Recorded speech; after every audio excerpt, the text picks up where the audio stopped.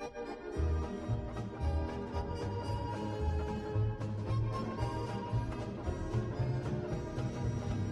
when the saints come marching in, oh, when the saints come marching in, oh, Lord, I want to be in that number, when the saints come marching in, oh, when the saints come marching in, oh, when the saints come marching in, oh, Lord, I want to be in that number, when the saints come marching in.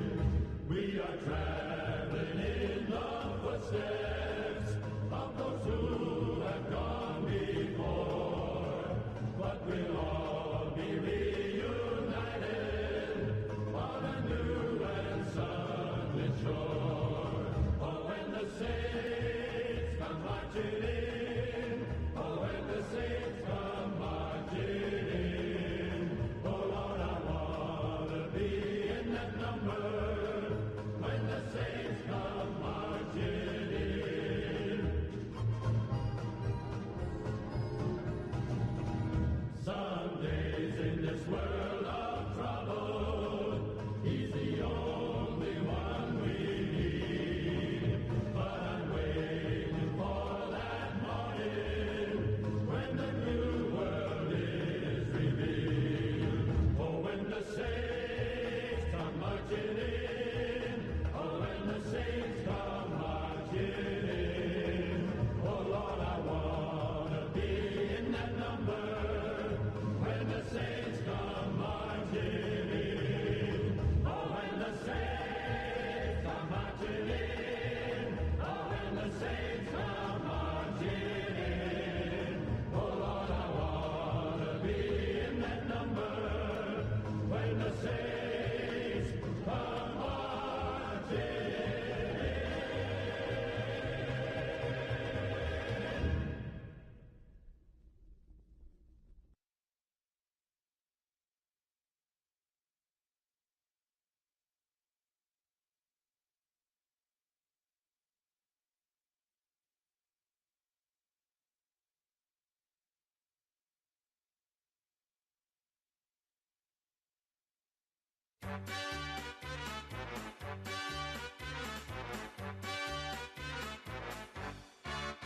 It's a grand old flag, it's a high-flying flag, it's the emblem for which we fight.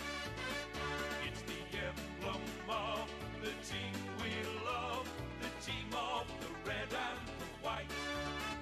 Every eye gleams bright for the red and the white as we sing this song to you. What do we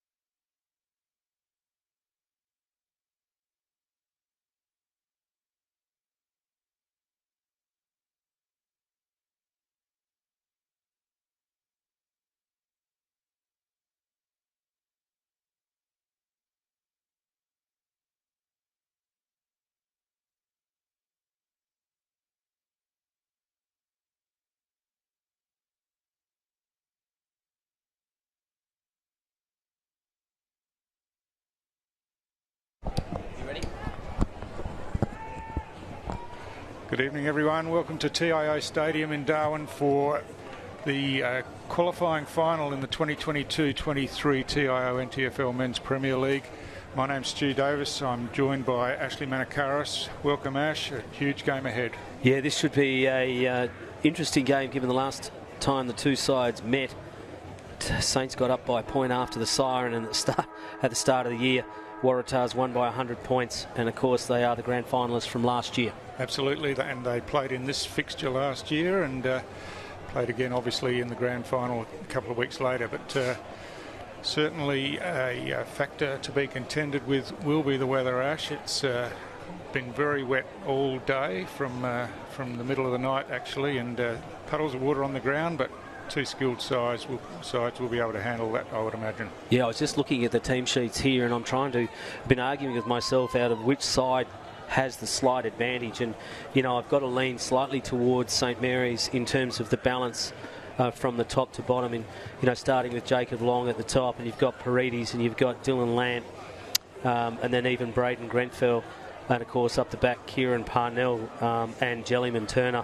They've just got balance across the board, haven't they, from one end to the other? But same can be said about Waratahs, Stewie. They've been the same all year. Yeah, and Waratah strong bodies, and in these sort of conditions they probably are a bit taller than Saints, and whether that will help them today is probably debatable. But strong bodies, and look, always a fierce contest when these two meet.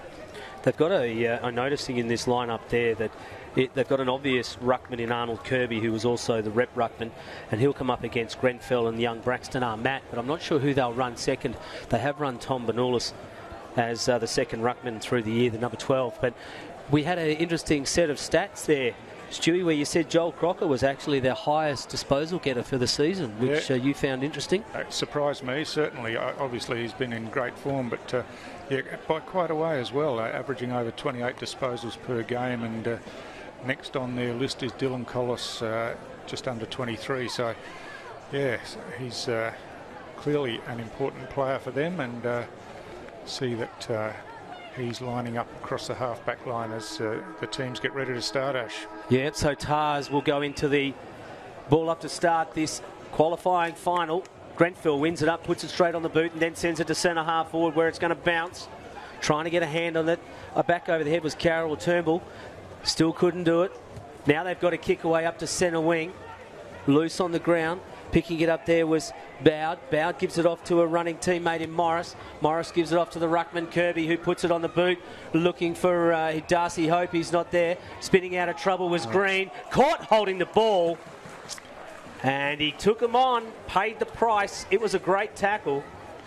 Yeah, well, the free kick had been paid and he was taking the advantage. I don't know if he's in two minds about that, but just see on the replay here, he's started to go almost propped and then got caught with the ball. So great start for Tars.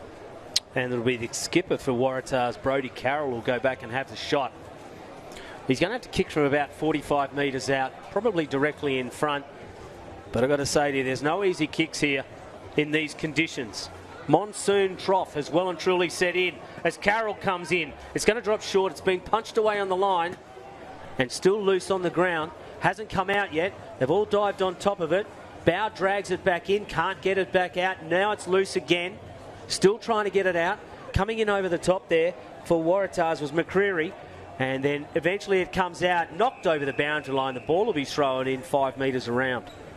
Gee, umpire Lancaster was hovering then. Looked like he was about to pay holding the ball, and then it just squirted out, didn't it? He did. I thought he was whether he was going to pay hold the ball or whether he was going to say give it to me. But the umpires today all day have let the play go, so they're not wanting. They're giving them every opportunity in these conditions. Ball is thrown in. Brentfell uses his body and then draws a free kick as a consequence. And Saints can run it out, and they do so. Quick hands. Green with a hurried kick in the end.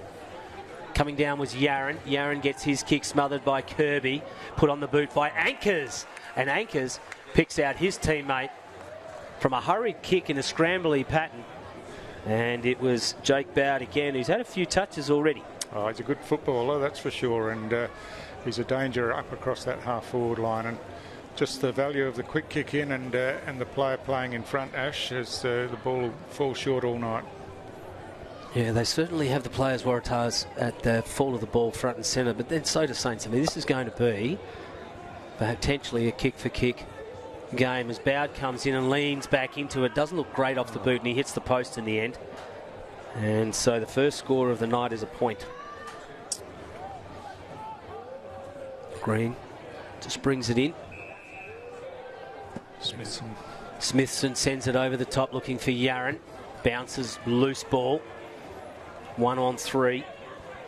O'Sullivan comes out to Dylan Lant. Lant just puts it on the boot. Bouncing ball in front of Calder. Calder gets met heavily by O'Dwyer.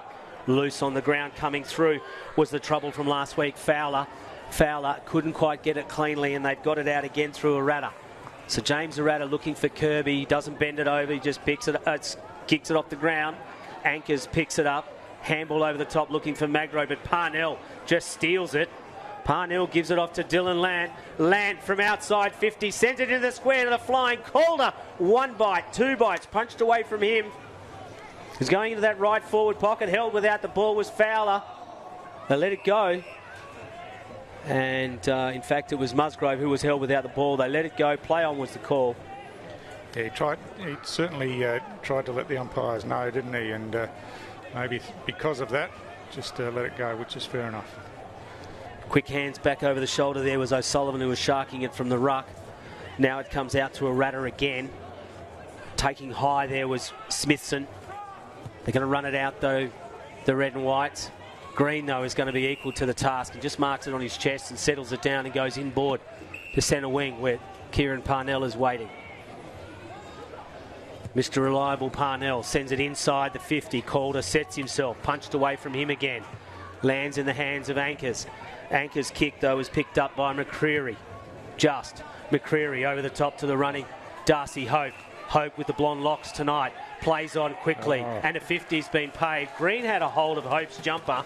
Yeah, and Green was just all at sea there, wasn't he? Hope got out the back. Green lost contact with him, and then just in desperation, I think, as Hope was trying to wheel around, and before he'd been called to play on, just grabbed the jumper, and now pretty simple shot, you would think, for Hope from the top of the goal square. He's been pretty good and consistent and reliable all year as Darcy Hope. So this could well be Waratah's first goal of the night. Umpire was right on the spot there with that, with Green, as Hope comes in. Just straight ahead, makes no mistake. Waratahs are on the board with their first goal of the night. Yeah, and a good build-up once again. As I said, Green just lost touch there and lost where Hope was, and it was a good kick in, long kick.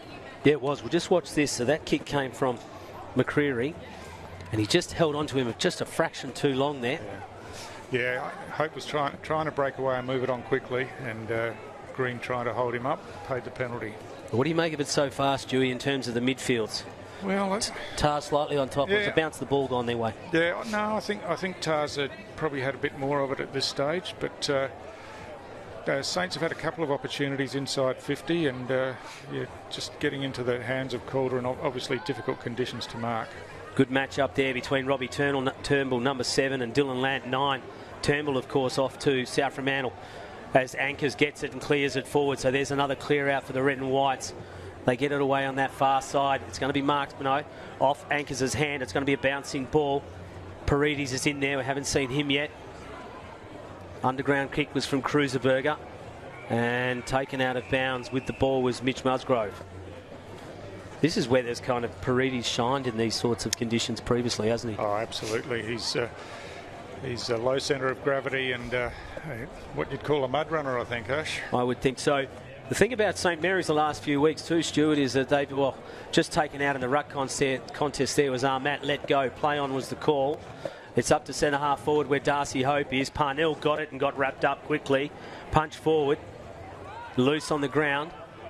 Taking the tackle there, it looked like it was McCreary. In the middle, still loose. Play on is the call. It's come to the hands of Turnbull. He just chips it over the top, and he's picked out his teammate in Guyden. Guyden just goes on. Out again. And Bowd is now going to go back for his second shot at goal. The first one just going across to the left. No, what I was saying was that I can't remember what I was going to say, Stewie, so I won't worry about it. It'll come back to me in a moment. Having a seniors moment there. Yeah, this one a bit more difficult again for Bowd, deep in that pocket and with a slippery ball. As Bowd comes in, if it's any consolation, Stewie, I know what I was going to say. Bowd comes in with his left foot and pushes it just across. And I was going to say about St Mary's, they've been a bit slow starting the last 4 or 5 weeks, but they've come back late as the game gets on, and Paredes has been one of those driving forces. So we'll see how he goes. Now they're over the top. This is Jellyman Turner. He's been reliable all season as well in the games he's played. His kick, though, this time is a bit short and it's going to get chopped off by Turnbull. Now, Robbie Turnbull played for South Fremantle in the rep game back in January. He sends it up board, off hands. Trying to pick it up there was Oborn and couldn't quite get clean possession. And wrapped up with it was Benulis, who looks like he's got his head wrapped up already. Yeah, Tape. He caught one in the head a couple of weeks ago, so I don't know if he's still suffering from that in that game against Saints. Trying to come through. Hurried off the ground. Carlin. Now they'll send it out. Oh, Kirby with a fingertipper on the ground. That was a great mark for the big man. He just centres it straight away. Well, there's 2 here that they can choose from. And it ends up in the hands of Corey Rich. Looking for hope on the lead. He runs underneath it. Kept closely. Hillier with a hurried kick. Around the body. Punched away. Paredes wrapped up. Let go. Play on is the call. Comes back again looking for hope off his fingertips. Drifting over the back. Whistle's gone. Free kick found. I think it's a free kick downfield. And it's going to be downfield, and it's going to be where umpire Lancaster is. Yeah, so obviously something happened off the play at about 50 metres out from goal, and the free kick was paid further down the field in Waratah's favour, and it's Darcy Hope once again who the opportunity to kick his and Tar's second goal of the game, and Saints haven't worried the scorers yet. Well, to be honest, it's only been inside that 50 for St Mary's once or twice, if that. As Hope comes in, he didn't make a mistake this time. He certainly didn't make a mistake last time, and Hope gets his second goal, and so do Waratah's. Yeah, well, Hope is a big danger for St Mary's. I think in the game 2 weeks ago he kicked 7, Ash, and he's a real star of the competition. Obviously played in the NT rep side that you spoke about, and yeah, he's been a big presence up forward all year for them. Yeah, and I also like him as a contested mark. You know, there's a couple of players in the competition that are good in the contested mark, and I consider him to be one, and I consider Jackson Calder to be the other. Yeah, interesting setup here from St Mary's in the forward half. They've got Calder in the goal square and everyone else up on the 50-metre arc, so looking for quick entry and some space for him. Kirby versus Grenfell in the ruck, one out by Grenfell. No clean possession though. Turnbull overruns it. Hurried kick from the number 17 there at Saints. In Smithson. Free kicks found. Ankle tap. It'll go to Waratahs. And O'Dwyer with a short kick. They've got the runners now through that. That's Magro, just puts it on the boot, left foot. Over the top. Saints will get on with it here. Oborn waited, ducked under. Green with quick hands has got Jellyman Turner. He's got to step around one before he can put it on the boot, and he does. Over the top of his teammate in Hartung. Fowler got wrapped up. Hartung got wrapped up. Turnbull gets hands on it. Gives it off to his teammate Crocker. Crocker's kick fell short but managed to fall into the hands of Carlin. Carlin plays on quickly. Over the hands of his teammate though. And that's Ankers. Bowd just got wrapped up as he got it. Still haven't got rid of it though, St Mary's. Hillier has his kick smothered. It's gone out of bounds. Yeah, rebounds out of bounds, so plenty of pressure around the ball as we would expect, and pretty hard to get a quick, clean disposal out. So just the slog work at the moment, and Tars are doing it better. They're just getting a few more numbers to the ball. And that's paying dividends for them. Parnell tried to get a hold of it, couldn't. Wrapped up then again was Oborn. Now it comes out. Hurried left foot kick is a snap, and it looks pretty good. Everyone's happy with that from Waratahs. Jake McCreary, I think it was, Ash, and you spoke about the slow starts from Saints, and it's on evidence again here today. 3 opening goals to Tars, which I think they did last time they played as well. But gee, in these conditions, you don't want to be giving up a 3-goal lead early in the game. No, but what was interesting about that is that they let the play go, the umpires, and that's how McCreary got the benefit. I think everyone was sort of waiting for that ball, the play to stop, because they were expecting it to be balled up, and then it just came out, popped out. McCreary was up to it. So 3-goal start straight away, 3-goal 2-20. 13 and a half minutes gone here in the first term, qualifying final. Winner plays off against Southern Districts. Loser will play against Nightcliff, who had a win today by 2 points. Out of the middle it comes. Picked up there by Smithson off Paredes. Sends it forward. Oh, the runner there from Waratahs. There was a hold off the ball. It'll go to Waratahs, which is a bit of a shame, really. It was a good chase down. Comes out wide, bouncing ball. Rich has got to give it over the top. He's got time, though, to O'Dwyer. O'Dwyer can look upfield. He's going to kick to a contest. Grenfell uses his body. Turnbull, though, interesting. And a little sneaky kick. Lands into the hands of Carlin. Socket off the ground, or taken out with leg contact. Advantage is paid to Waratahs. Was contact below the knees. Advantage paid to Waratahs, through for a point. Yeah, it was a difficult one, wasn't it? Players sliding there, and the advantage was taken. I suppose, you know, you're not going to get a lot of distance from set shots if you're more than 35 out tonight. No, and that's the type of conditions that we're playing in, though, those slippery, slip-over conditions. Still loose on the centre wing area. Hartung can't get it. Up in the air. Waiting down on the ground there from Waratahs was Crocker. And Crocker's kick, though, lands in the arms of Green. Green's kick's going to bounce to Hillier. He has time to look up and off one step, puts it forward to centre half forward, looking for Dylan Lant. Lant in the contest there is going to come up with it. That was clever. Stripped his opponent. Then looking to the leading teammate in Brock Lant. Brother to brother. Jack Lant, sorry. Yeah, that's right. Brock's at the other end of the ground. But I'll get my Lance right in a minute. Yeah, and Jack Lant could be a really important player for Saints tonight. He's another one of those low centre of gravity, just strong through the thighs player, and he certainly knows where the goals are. So Jack Lant comes in. He'll kick from 40. Not a bad looking kick off the boot, but it hits the post. And they get their first score of the night, which is a point. 20 points the difference here at TIO Stadium. 15 and 3/4 minutes gone. First term, 3-3-21. Plays 1 point St. Mary's. And Dwyer will bring it out. Looking for Kirby and Matt. Kirby's got his big hands on it, can't do it. Jellyman Turner with a hurried kick for St. Mary's, though. It's going to be marked. And they'll get away with it. Waratahs, hopefully they can get it out, sliding over. That's what happens in these conditions. Inboard to Carroll. Carroll has at least one option, ignores him, and then instead goes for the better one, and that better option is William Collis. Collis just plays on.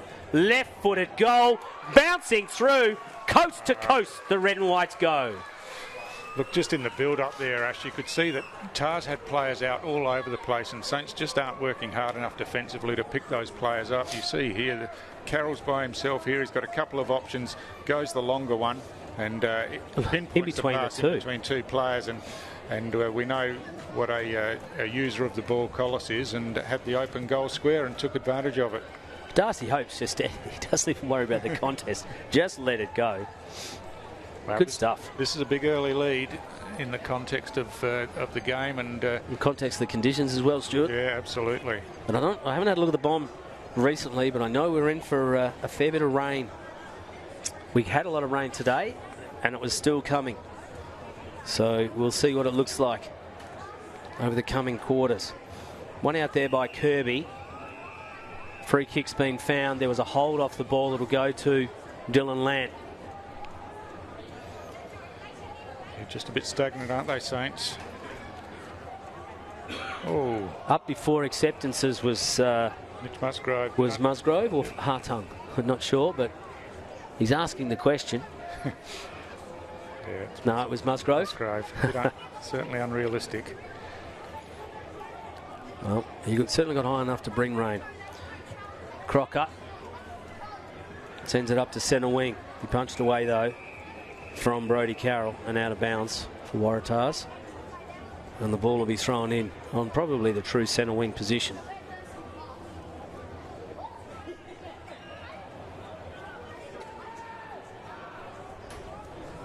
Finals football here. TIO NTFL. Ooh. Good hip and shoulder there on Fowler. Good strong bodies. Waratahs with a little bit of build up again. Sending it to centre half forward. Oborn puts his hands up for Saints, try and knock it away. Held off the ball there was Benulis, and he was going to get a free kick for the effort. So Benulis goes and looks up. He's got a leading hope. Punched away from him. Comes back. Magro can't get his hands on it. Socket away there, though, by Dylan Lant. Paredes with a little quick kick out. Braxton Armat picks it up, puts it on the boot. Oh, great mark. Great mark by Calder. So Jackson Calder's kick's not great, equal to the mark, though. Lands in the hands of Jack Lant. And his kick will go through for a point. Yeah, just to say again, Waratah players working hard at getting numbers around the ball and giving their teammates options. And just here, look, that's a loose player, an easy kick in, easy possession coming out of the goal square. And again, Saints just too slow manning up. Edward Morris with the ball, plays on now. His kick's not great. It's going to go out of bounds. Wasted possession there, you would think, from the back.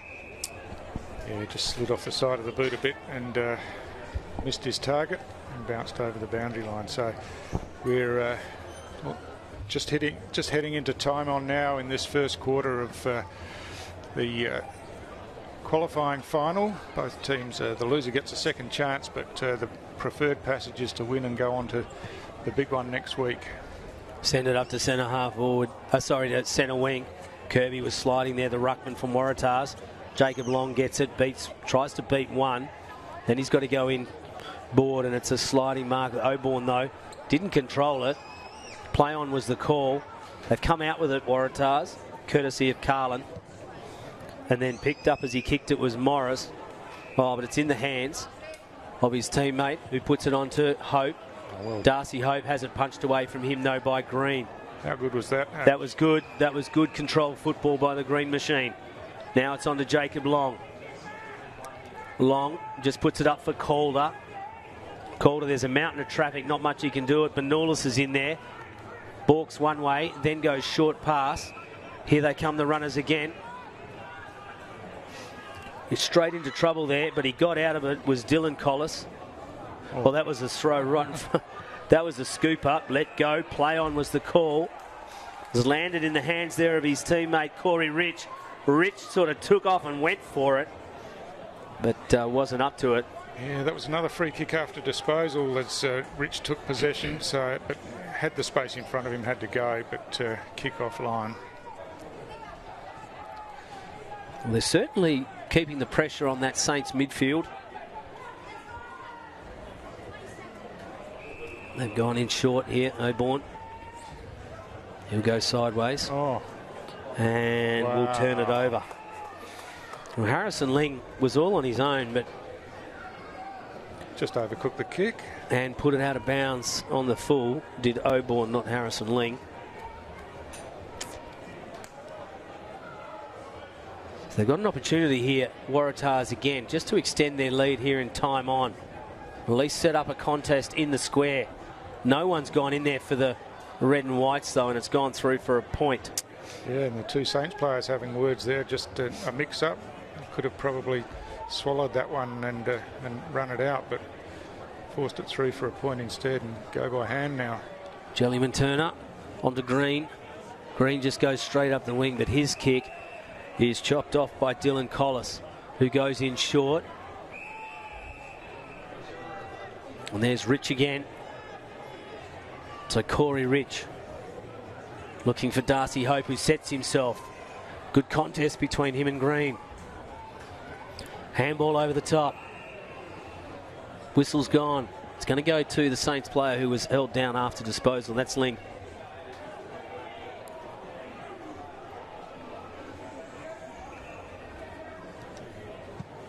Well, not a great kick from him, but there'll be a contest and the ball will go out of bounds.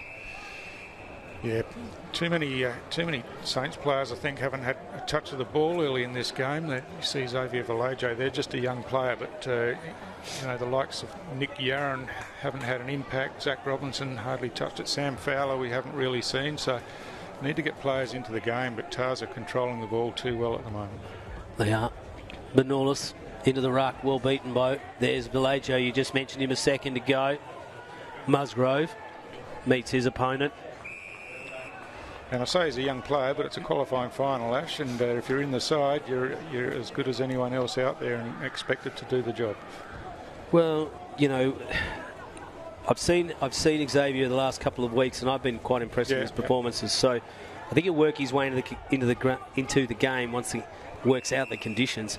These conditions are much tougher than people may think because lots of tight in body. You just don't get the bouncing ball and the ability to run into an open space. Good punch out by Benolis there over his opponent, Grenfell. He was giving away height, but a hold's been found. It's going to go to Dylan Lant. Yeah. Good contest between him and Turnbull, the two midfielders. Absolutely. They'd be looking to move the ball quickly and try and score, as I say that. Siren sounds to end the first term. Yeah, look, that quarter dominated by Waratah.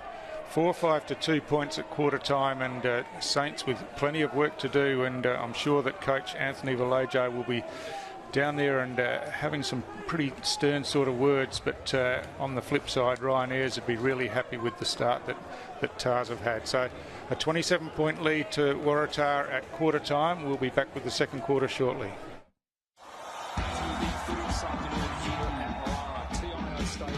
To the left of your radio they go. Wow, what a goal to start the game. Beautiful. Goes for home and has nailed an absolute rip-sorter. From the pocket, and he's nicked an absolute ripper.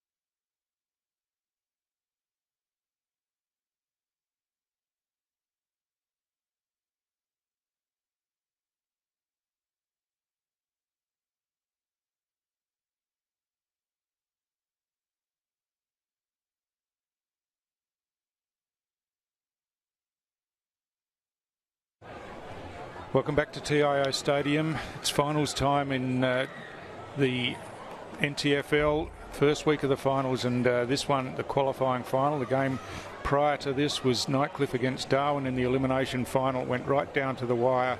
Nightcliff holding on to win by 2 points in that one. So they advance to next week. They play the loser of this game, and Darwin Buffalo's season is done. But we've got a contest here, Ash, and the contest is being dominated by Waratah in the first quarter. Yeah, but as we were talking off air, I've seen Saints come from this far down in the last few weeks and win, in fact, against Waratahs. A couple of weeks ago, they were 26 points down and ended up winning by a point after the siren. So never out of it, never stop, and they've certainly come back from margins over the last 4 or 5 weeks. Tell you what, there's going to be some very heavy and tired legs next week. Doesn't matter who plays. Yeah. I think Southern Districts will be very happy with the week off. Oh, they'd be sitting back rubbing their hands, wouldn't they? But yeah, the players will have to be managed during the week to get up for next Saturday. But they've got 3 quarters to go here to see where they land themselves for the fixtures next week.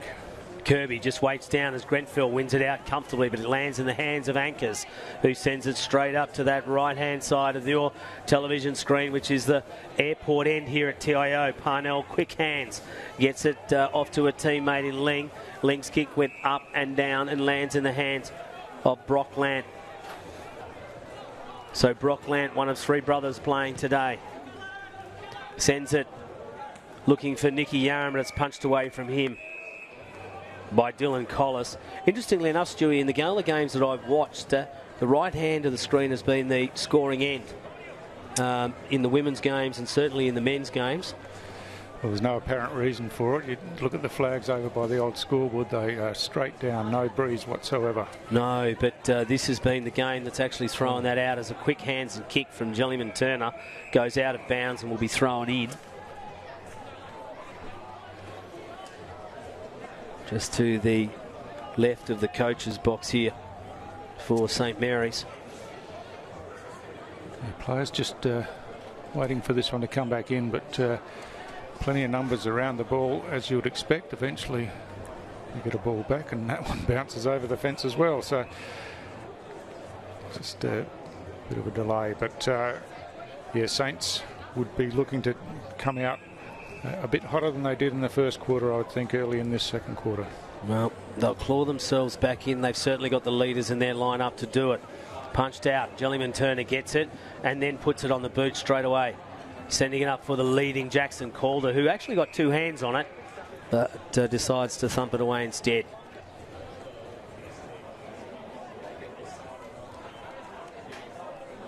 Just 2 minutes gone in this second quarter. Another boundary throw in, so just stoppages. Teams feeling their way early in the game. See the numbers around the ball, Ash. Yep. Kicked off the ground, comes into the hands of Brock Land, who just puts it straight on the boot, and it's going to be marked there by Yarran, I thought. Play on was the call. Had it knocked away from him, though. It was knocked away by the Dylan Collis. Still loose. Now it comes back to Yarran's right foot. Kick at goal is true. And the green and gold are on the board. They are, and we were calling for Yarran to get involved in the game. Just got himself out loose there. Ball came out to him, and he steadied and made no mistake. We see on the replay here, he gets out in front. Just got worried out of the mark, but kept going, and involved again with the Smother Smithson with the hand pass over the top. To just saw Yarran in some space behind a couple of players, and then he just steadied himself, kicked around the corner and threw for Saints' first goal. Well, if you're Anthony Villagio, you'd be happy with that. That's right, and he wouldn't be happy with the fact that it took until the second quarter to get their first goal, but you've got to reset yourself at quarter time, and that's what they've done. Grenfell uses his body and gets the ball and then puts it on the boot. In there, couldn't get cleanly that time. Now they can. Calder's in there. So too is Jack Lant. Body over the top. Yarran again. Villagio's dragged down, but it comes to Dylan Lant. Left foot shot at goal goes left.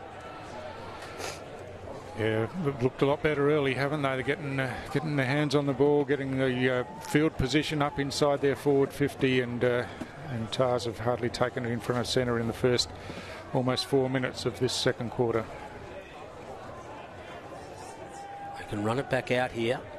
They've got options. Do the red and whites. Looking for Bowd, who marks it on his chest in the end. I don't know how he did that. Bowd's kick. Not good to Hope. Parnell, handball, Green. Parnell got slung after it. Advantage is paid. Jellyman got it away. Oh, and a sling tackle's been paid. So, yeah, Saints had, were told to play on with the advantage. I'm not sure they were given much of an option, and then Jellyman Turner got caught. He got the hand pass out, but was slung afterwards. Yeah, so it's all worked out for them. Jellyman Turner just kicks it long in. Magro was the last in there. Grenfell hands up, punched away by Kirby. Oh, coming through, but couldn't quite get a hold of it. It looked like Musgrove. No, in fact, it was Dylan Lant. And they'll have a restart. Kirby tries to keep his opponent away with one hand, does. Jellyman Turner dances around. Handball gets intercepted by Kirby, and there's a sling again. And it's going to go to Jellyman Turner. It's almost like he's the target for the sling tackles, but yeah, he's a very important player for Saints and gives them drive off of that half-back line. The kick up. O'Dwyer was there. He got pushed out in the process, and O'Dwyer will get the free kick. Took front position, which is where you want your defenders to be. O'Dwyer goes sideways. Picks out O'Sullivan. O'Sullivan goes out to Collis. Collis onto his running teammate in Morris. And the kick gets intercepted though, and it's the youngster of the Lant family. Yep. Brock. He plays on. Centre. And picks out Paredes. Nathan Paredes just straight away, just wants to get it forward. Oh, falling back, bounced off Bellagio's chest. Big opportunity for the youngster. Yaren's in there though with a little bit of pace. And coming across was Collis. Yeah, and just guides it out. Bellagio did all the hard work, didn't he? Got his opponent out of the way and positioned himself beautifully, but then just let himself down, just spilt the mark. But still a stoppage in their forward half. They'll take that. And he spilt the mark off a great kick from the skipper. Yep. One out by Grenfell over the top. Now it's quick hands from Bellagio. Still in there, prepared to keep going. Yaren, handball over the top. It's going to bounce. Coming straight through there, though, was O'Sullivan. Kicked off the boot, though, from O'Dwyer. Touched. Bouncing ball. That was Hartung. Oh, the flyer was Grenfell. Let go in a contest. Kirby with a hurried kick out sideways. And it's landed in the hands of his teammate, which is Benoulis. Benoulis with the head wrapped up. Looks like he's changed jumpers. Collis is just telling them all to get moving. So Benoulis steps back inside. Left foot. Didn't look pretty, but was effective. This is McCreary. McCreary's kick not effective either. In fact, Jellyman Turner's going to come in, interfere. Can he end up with it? McCreary's got to clean up his mistake. He ends up giving it off to his teammate in Morris. Tars come out looking for Hope again. He overruns it. It's going to bounce out the back though. Guyton could end up with it. He gets hit heavily while he's on the ground. Let go. Ball looks like it goes out of bounds on the full, and I think it did. I think it's going to go to Waratahs, and it will. It'll be in the hands of Brodie Carroll. Oh, that was interesting. It was. Well, I thought it looked like it went out of bounds to me on the full. We won't perhaps get a replay, but it did. It certainly did look like it went out of bounds late to me. Yeah, I think the Saints players are saying that it was out. It was a scoop out from the Tars' hand, but anyway. As Carroll just swings it around and the skipper kicks a goal. Yeah, great finish there. So just Saints wanting to argue the toss a bit with the umpires and just need to get focused back on the game. But a good finish there. But it was Tars after they'd been under plenty of early pressure. Just a nice build-up down the ground and finished with the skipper Brodie Carroll kicking his first goal for the game and just stretching that lead back out to basically what it was at quarter time. So Saints had done most of the attacking in the first 6 or 7 minutes of the quarter, and here we are at the 9-minute mark, just a goal apiece in the quarter. Well, we did see that in the first term where Waratahs were able to run from one end to the other, coast to coast, so to speak, and score a goal, and they've done it again. 5-5 plays 1-3. Kirby wins it out. Hurried hands again. Here they go. The red and whites forward. Off the hands. Oh, Anchors just tries to shrug a tackle. He doesn't get away with it, though. Free kick's been paid. Well, he just tried to beat his opponent there, Oborn, and couldn't do it. Yeah, just had a firm grip on the jumper, and he wasn't going anywhere. Ground. That's right. Oborn's kick. It's going to drop short. Benulis is there, sets himself and takes an easy chest mark. Well, they're lining up in the middle of the ground. He's got numbers there as well. Corey Rich. They're away, Waratahs. Up forward. Hope's got front position. It's going to go to back. Anchors couldn't quite get it. Still loose on the ground. Saints defenders in there trying to hurry them out of it. Green wraps up his opponent.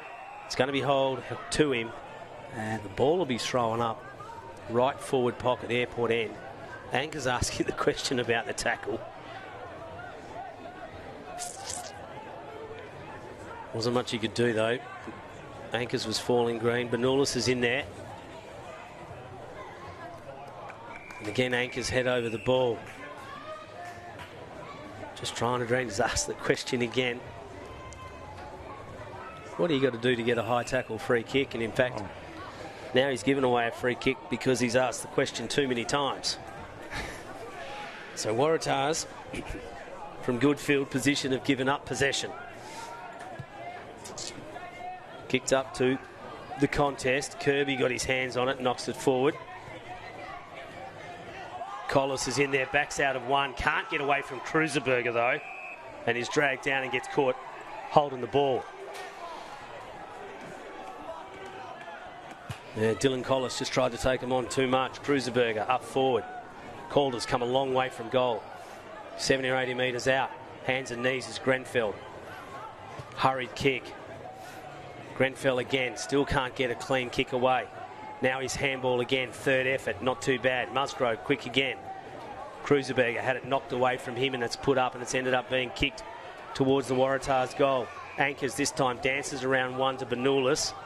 Green, though, is up to it. Great defender is Green, though.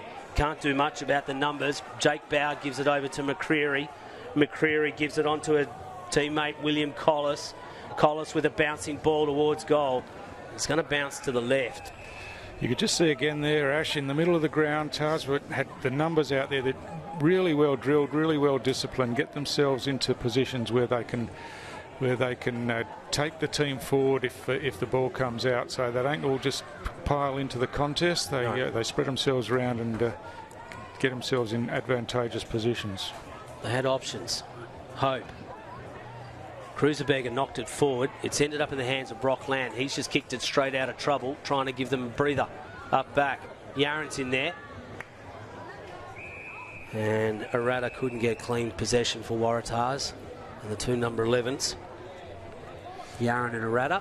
The ball goes out of bounds. Yeah, so we spoke about Tars' dominance in the first quarter, and the stats prove it. They had 16 more disposals in the first quarter, so a lot more of the ball. Hurried kick after that. It was one out by Kirby, but Tars just controlling that mid-zone at the moment. Sending it forward. Hope has got to compete against two. Lands in the hands of Benulis, whose handball was ended up to his St Mary's opponent. Now they can try and get out of trouble again. Waratahs. Now they're on the burst. It's Collis. Collis's kick is not good. Just kicking it to each other at the moment. They are. Hankers is out there waiting for it. He gets wrapped up though. And Hartung's the one that brought him down. Yeah, so Tars again just showing that giving their teammates options, they're positioning themselves beautifully around the get-out zones. Sock it off the ground. Big bodies in there. Jack Lamb came in. Free kick's been found, though. Yeah, high tackle's the call. It's going to go to Magro. Well, safe to say this would probably be only Jaden Magro's second touch for the night. Yeah, I was just going to say the same. He's a big game player. He showed that in the rep game where he won the medal, but he's been well held tonight so far, and he's going back. He'll be kicking from about 50. He's looking pretty confident about it. We know he's a thumping kick, but be interesting to see how he goes with this wet ball. Oh. Well, a 50's been paid, and I'm not quite sure. I think it's got something to do with mouth. Fowler is pointing to his mouth, so Fowler obviously having something to say, and it was too much. So the umpire prepared to pay the 50, and he has. And so Magro went from a maybe to a certainty and gets his first goal of the night. Yeah, well, that's just the type of thing that St Mary's don't need. They're already giving up a big lead, and you just got to stay disciplined in the tough moments, even if things are going against you. And that one made it, as you said, it was a walking goal for Magro in the end, and Tars stretched that lead out to 32 points now, and it's looking a long way back for Saints at the moment, who had plenty of possession early in the quarter, but Tars have fought back and really controlled the ball for the last 10 minutes or so. Well, if I'm not mistaken, Stewie, that's actually the third goal, or at least the third shot on goal, that's come from ill discipline on St Mary's part. We had the 50 down here on Hope with Green, and then we've had that 50, and then we had another one. So they're just ill disciplined things. They'll just need to iron them out. Coach killers. They go up forward, punched away. Tars defence holding tight. Picked up there though by Vallejo. Can't get clean possession. They can now, the red and whites through Crocker. Crocker's kick was very good to Rich. Corey Rich. He's got Bowd on the lead if he wants him. He's got Kirby as well. He's going to go over the top of Kirby and look for Turnbull. It's going to be a bounce, and there's Benulis with his head taped up. Gets it on the first bounce. Gets swung by Jacob Long. In fact, a free kick will go to Benulis. He was slung after disposal and across the boundary line. Perhaps a little frustration, Stewie? Yeah, again, just things that you don't need to do. Saints had the opportunity to take that ball away again as comes inside forward 50, and Paredes worked his way back and gets a clearing kick into the middle of the ground, and another free kick and down the field, this time against Tars. And there's a bit of history between these clubs, and unfortunately they just get a bit ill-disciplined on the park. As Hillier sends it up to Calder with a great contested mark. Tremendous. As I say, there's two good players in this competition with contested marks, and Jackson Calder is one of them. Yeah, he just clunked that one, didn't he? And was That's tough. Never going to go out, yeah. In conditions like this, superb. This has been a bit of his worry. He is the leading goal kicker, but just had the wobbles a bit with set shots. As Jackson Calder comes in, he just pushes it to the right and hits the post on the way through. One thing that can just concern me about the passage of play across that half back was Grenfell and Parnell went up against each other, so clearly no one was talking. Yeah. They almost spoiled each other and it came out the back. They got away with it because they ended up with a shot at goal at the other end, but watch this mark in the replay. Bang, that was sticky. Yeah. Waratahs, out they come.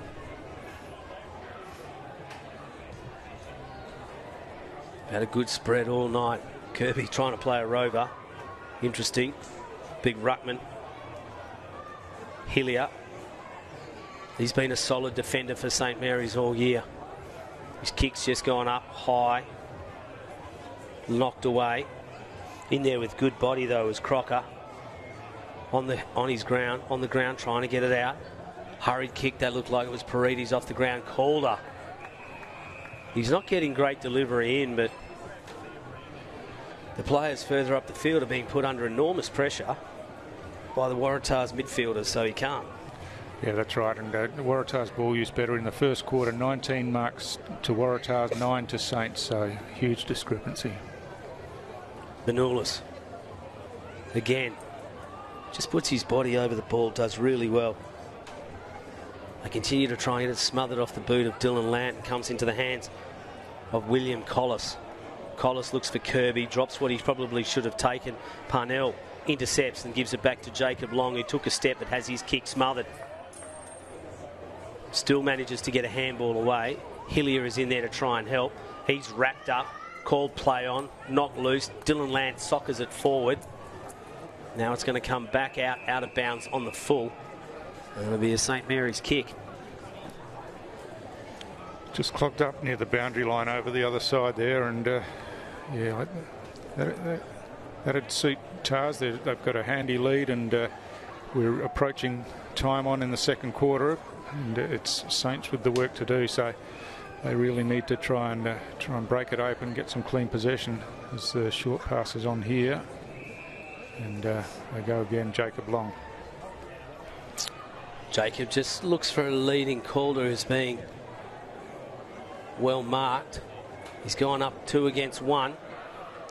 Hurried handball. Calder has his kick smothered off the boot. Benulis is there again for Waratahs. He gets it out of the way. Turnbull just soccers it downfield. Ends up with Parnell though for St Mary's. He just sends it back to the middle corridor where it's marked by Nicky Yaron. It just sat at the back of the pack and it floated over and into his lap. So yeah, Calder earlier in the had the shot at goal, had a clear kick at goal, but they had a goalkeeper on the line. He kicked it straight into him. Well, when you said that Yaron was just sitting in the middle corridor, he literally was sitting in the middle corridor on the ground. Hit him on the chest.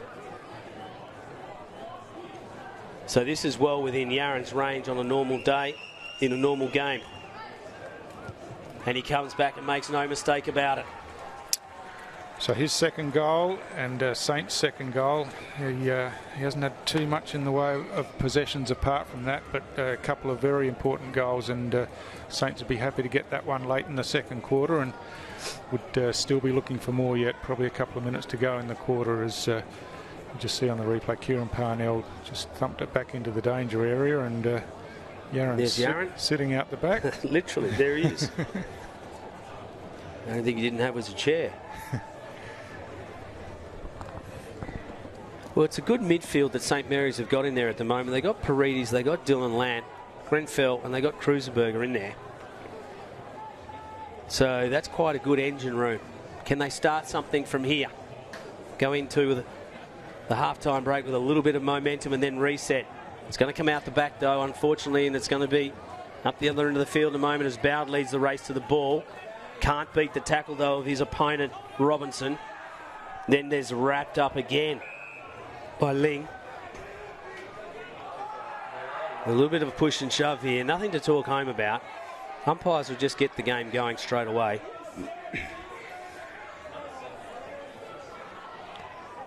Grenfell got it. Lant wraps up his opponent, Turnbull.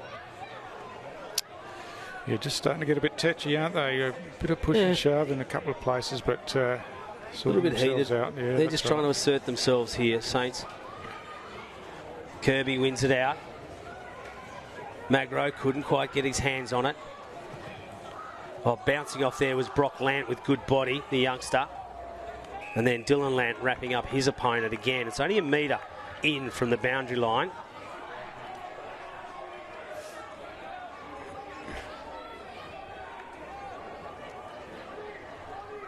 Well, Grenfell just jumped into his opponent. Umpire Noonan was on the spot. He had no eyes on the ball then. He's just looked a bit angry the last couple of contests. So Grenfell? I don't know what's happened to upset him. But just watch this. The free kick's going back. Yeah, just clearly no eyes on the ball and straight into his opponent. Contact below the knee. Yep. It was accidental. Hope was sliding, but Zach Robinson. Yeah, it'll go to Robinson anyway. He doesn't have a lot of options, just either, but unless he goes right back. And instead he's gone across sideways and to the safe hands of Kieran Parnell. He hasn't got much in front of him though. Tars are all set up, so they just got to chip it around here, which is not going to help him as far as the scoreboard's concerned, but yeah, just players slowly getting across there now. Ling. A good mark, Fowler. Yeah, and he was under pressure as well, was Fowler, but he was up to it. But again, look, just no movement, stop, start, just nowhere to go. Now he's got to play on and create. As Fowler goes up and the siren sounds. Oh, as Yaron just jumped into his opponent. Players just letting it go. Umpires are on the spot. And half-time will come here at TIO. Yeah, often a bit of push and shove at half-time, but they've broken it up pretty quickly this time. But yeah, Saints were a lot better in that quarter, but still really didn't make any inroad on the scoreboard, just the 2 goals each. And Waratah be pretty happy with where they sit at half-time in wet, slippery conditions, difficult conditions. With a 4-goal lead is a pretty good start to the game, and Saints with the work to do. So we wrap up for half-time. We'll be back with the third quarter after this break. Well, trying to work, it was Maney, probably in pole position there, but couldn't take the mark, but it's worked itself to centre half forward. Snapping round is Dunstan for the first of the day, and he gets it straight through the big sticks, and the big fella's got a snag. Robinson on Dunstan in the ruck, now goes over the top. Schwartz, he'll roll around and snap on goal. Very happy with that one. And goes through. Districts extend their lead again. And rolling around. Surprised us with 4 disposals and third on all comers for the Buffs in that first quarter, but he's definitely live in this one. Now comes to Stokes. Stokes snaps it through the big sticks. What a goal that was. And Buffaloes hit back after that little scuffle. They're here to play. For Vretto. Vretto will turn and go.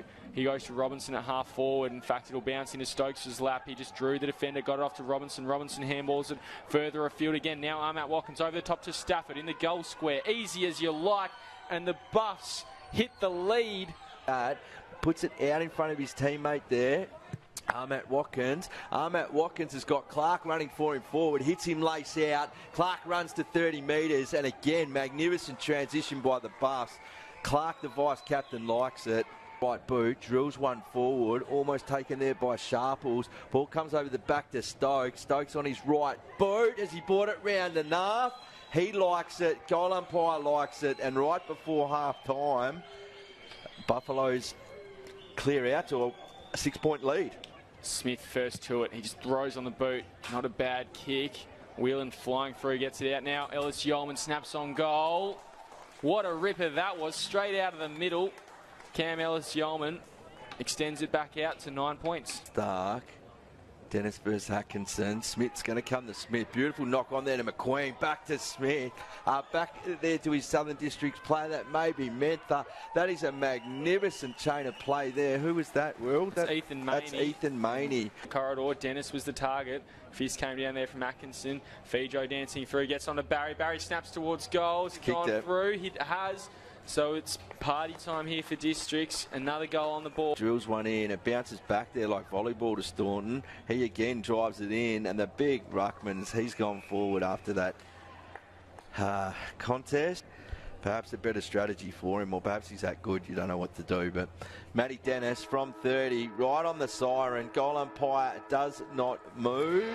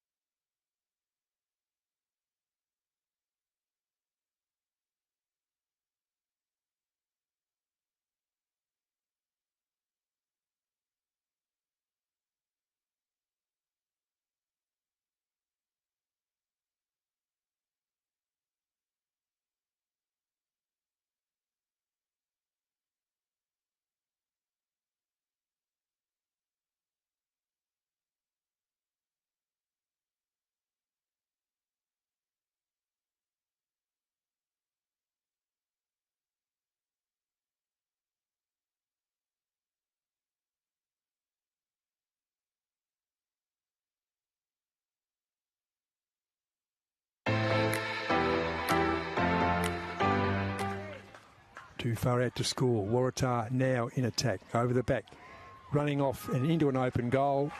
And that's the first one of the game, and that was Brodie Carroll. He's terrific there by that time once again. Stubbs Talbot, been impressed with him, but Waratah pinched the ball, go forward and missed to the right. No, they got the goal, the opening goal. Edward Morris got that one.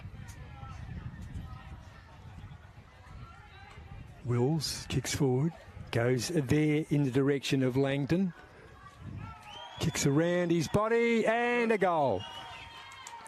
Guthrie, and Guthrie will get a free kick. No, but the advantage is paid. Forward they go. Can't take the mark. Langton kicks around his body, and I reckon he snapped it. I reckon he's got it. Yep, that's his second. And back there has been fantastic player Kobe Priest for Palmerston Magpies. The Magpies will. Watty has it. Kicks on goal. Marcus Watty, I reckon he's kicked it. He's kicked the impossible goal. Yeah, the good from the right forward pocket, the right footer. Still working out, looking for the free kick. Nothing on it. Good umpiring. Kirby once again gets it forward. One grab, two grabs, and on the third grab, he's been good, this McGreary. 50 there, so he's just crossing the paint of 50 now, so it's got to be a 45-metre kick. Right of centre, left of centre, the right footer, kicks on goal, and they like it down there. They like it for a reason, because it is a six-pointer. McGreary, his first for the game. Where's Magro? There's the man himself. Magro to kick on goal. Can kick these. Can kick these, and he's got that one. He's got that one. Everything they can to keep that ball in the forward line. Picked up Croker. Croker gets it. Here he is. Doesn't mind being locked up hard in the left forward pocket.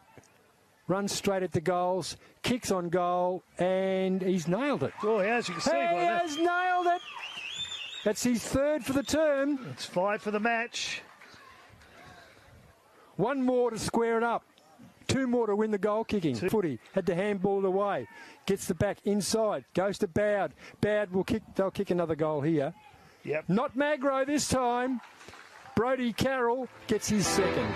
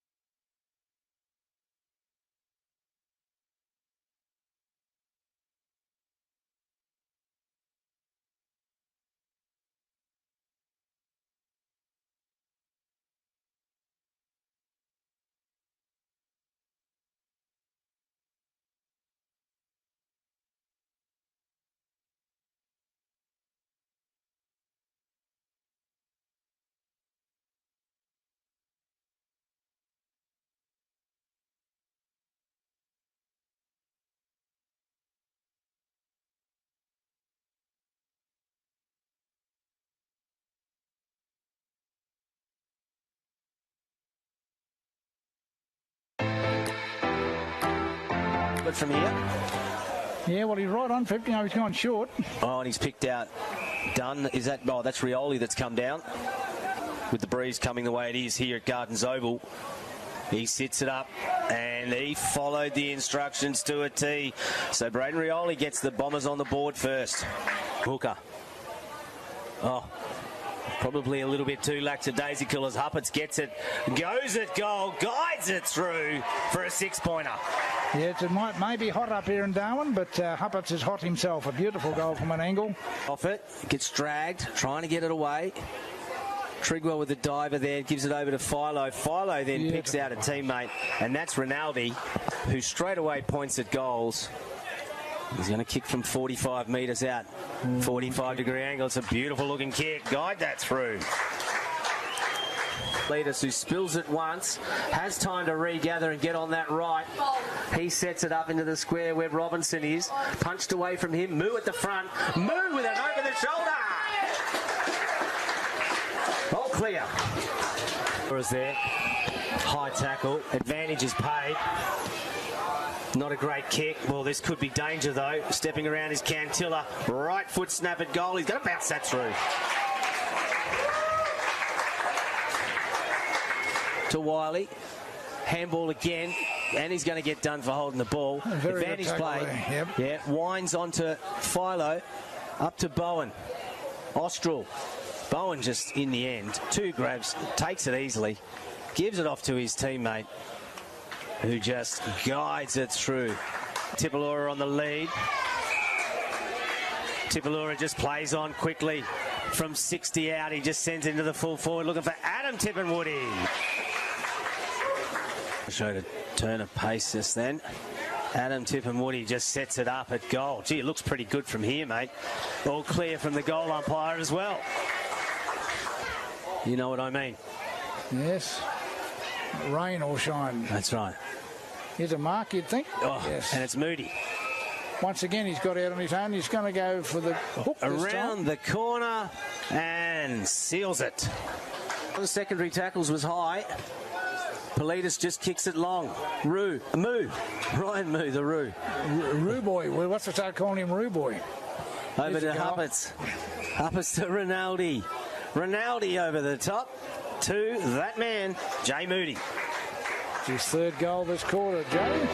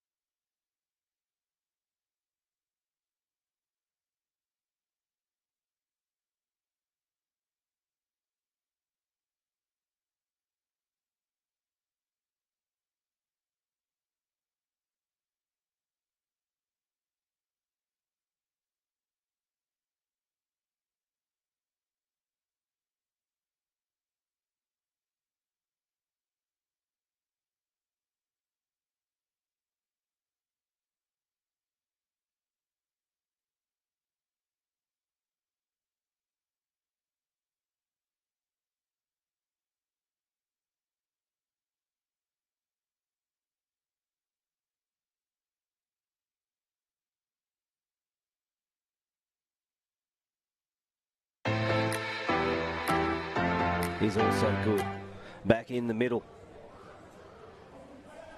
Punched away. Here comes O'Connell. Long, driving, kick out of the square. The Eagles have got 2 on the board in a minute. They both really... It's one out, though, by Grenfell. Yaron can't get clean hands on it. Paredes. Simpson eventually gets it and then puts it on the boot and sends it 60 metres deep. Off hands. Trying to come out. Here they go again. It's a right foot snap at goal. Is that number 3? Yes, it is, and it's Tyson White. Grenfell just swivels around looking for Calder. Calder takes 2 bites at it and marks it. 10 points, St. Mary's. 3 points as Jackson Calder comes in. Will he get his 45th goal for the season? Yes, he does. Musgrove on to Hillier. Hillier on to Cruiserberger and Yaron on to Calder. It's going to be loose again. Can Yaron repeat what he just did? Quick hands, not 10, not 15. Running around there onto his right boot to clear it out was Fowler. The strong tackle, Jellyman Turner tries to keep it in. The ball was clearly out of bounds then. Let go, play on is the call. Socket off the ground, all clear to Nate Paredes. Yes, use all of his soccer skills then too. And it's landed in the hands of Nate Paredes, who just goes over the top, picks out Yaron as easy as you like. Yaron, it was touched off the boot. Doesn't matter to him. He took a step, put it through. Puts it out in front of his teammate in Cook. Cook dealt with after disposal, let go. Calder cleans it up to Lant. Lant fumbles, then puts it on the boot. Right foot snap at goal, puts it through. The goal of the match, no doubt. Coombe back to Hillier. In that centre square, the lead is Paredes, who takes a great chest mark. He's really turned it on in this quarter, hasn't he, Nate Paredes? He has. Skipper leading from the front. Paredes just takes off, has a bounce, gets inside 50, loads it up, and it's put it through. With the boot, it's going to be picked up by Hillier. Borks goes, steps once, steps twice. Candy seller. It was Fowler. Fowler just kicks a great goal. Yes, sold Candy on the corner there of TIO Stadium twice. Jellyman Turner's finding Yaron. Bit of pace there. He can beat 2. Now this is a problem. Jellyman Turner can just go running into an open.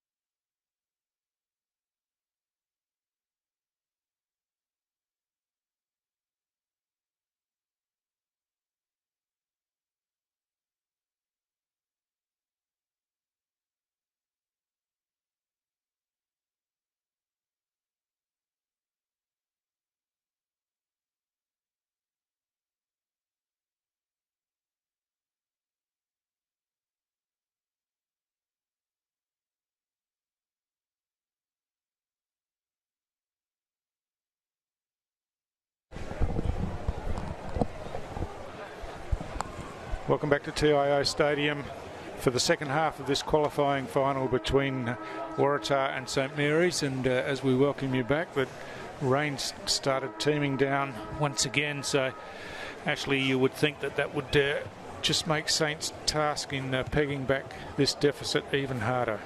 Well, we were talking about it off air about how difficult it is, the starts that they've given. I mean, they gave Wanderers a three-goal head start last week and ended up clawing it back and winning by 102 points. So it's not beyond them.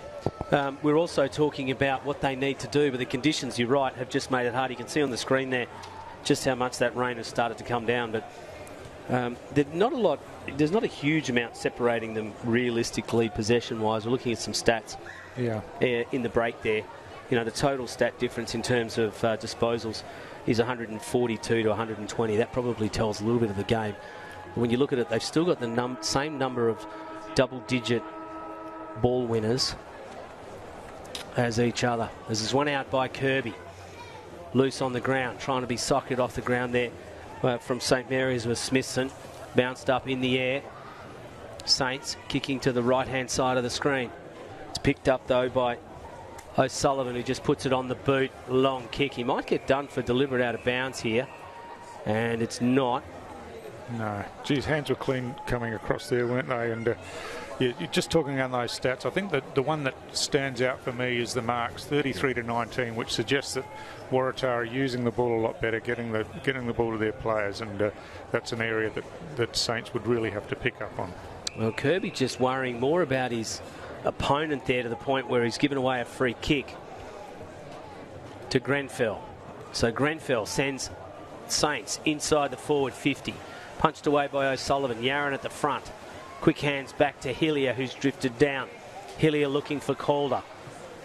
And the body contest between him and O'Dwyer has been a feature tonight. And O'Dwyer, I would suggest, won out just then.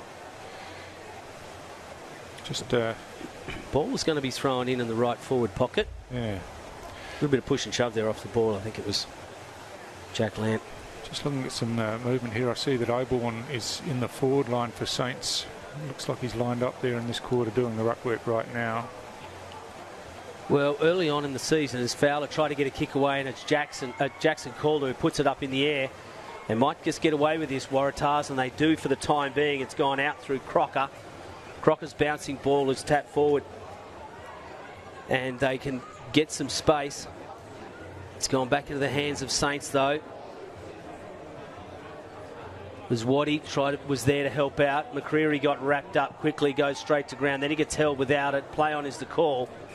Hartung asking the question. I think you're going to say Oborn early in the season spent some time up forward. Yeah, he did. Well, no, so he would start the game up back and then went forward, and it turned around Saints' fortunes. Yeah, also been used in the ruck a bit as well, so they've got some options there. Just interesting that obviously they need to try and change things up to turn it around, so that's one of the things they're trying. Parnell, quick hands out the back to Dylan Lant. Bouncing ball. Stepping around was Jacob Long. Quick kick in, Calder. In fact, it was Jack Lant. Handball out the back. They just cleaned it up. Been reliable as Joel Crocker. The kick's not great. Jellyman Turner's got it. He doesn't wait around. He just plays on straight away, looking for Calder and O'Dwyer. Calder with body this time. Now a handball out to Hillier. Hillier back inside to his teammate. Smithson has a shot at goal and just pushes it to the left. Smithson got the clean shorts on, I think, and maybe a size too big by the looks, but he stands out with those bright yellow shorts, that's for sure. Yeah. But again, just too easy coming out of from that kick in, and uncontested. And now they're free on the centre wing. Outside. Anchors. Over the back, there's a bit of a push in the back there. Goyden was the one that delivered the ball in, so the actual movement by Waratahs was pretty good. This is Brock Lant with it. He can send it back to where it came from, centre wing. Collis is up there.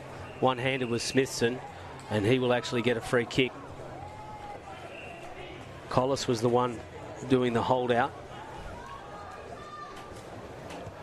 Smithson on the lead. Oh, great mark.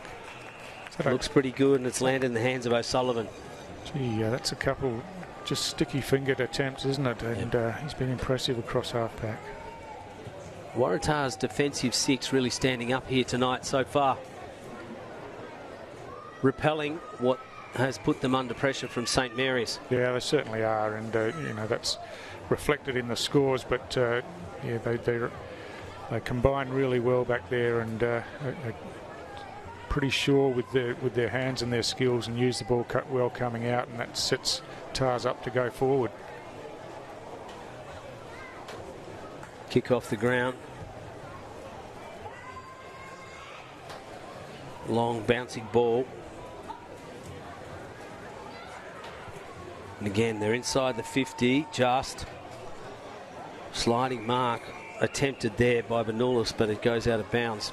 Just came off his chest. Rain's still falling here.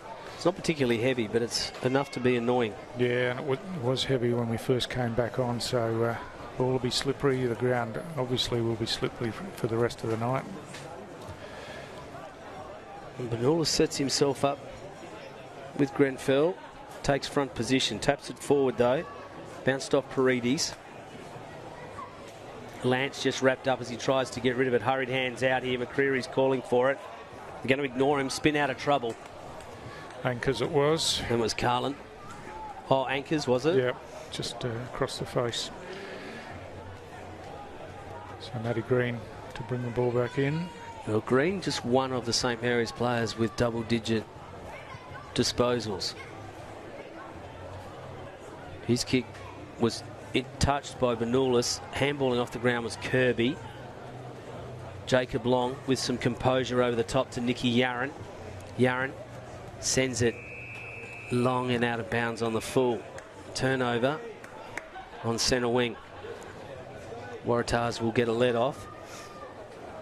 We see Dylan Collis go over the fence, bring the ball back for his teammate or for himself.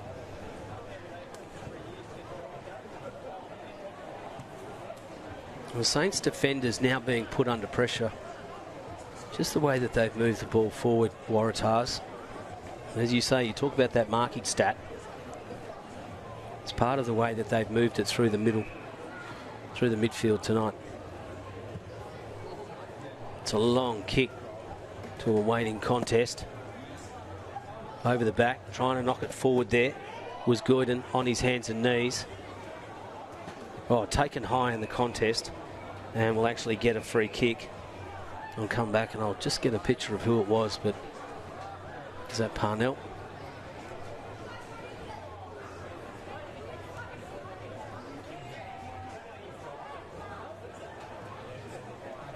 On the way back. It's Ling that's got the kick. It's Harry Ling. So Ling, no options but to kick to another contest. Just a pack of players. Benulis just scooped it up one-handed. That was nice. Then puts it on the boot. But it's floated out on the full. So Saints a chance to regather. But they're just thumping it into the pack of players. So ideally, probably in better conditions, you'd be looking to switch and run it around the other side of the ground. But perhaps a bit too dangerous in these conditions, and they just put it back. Look at the pack of players there. Yeah.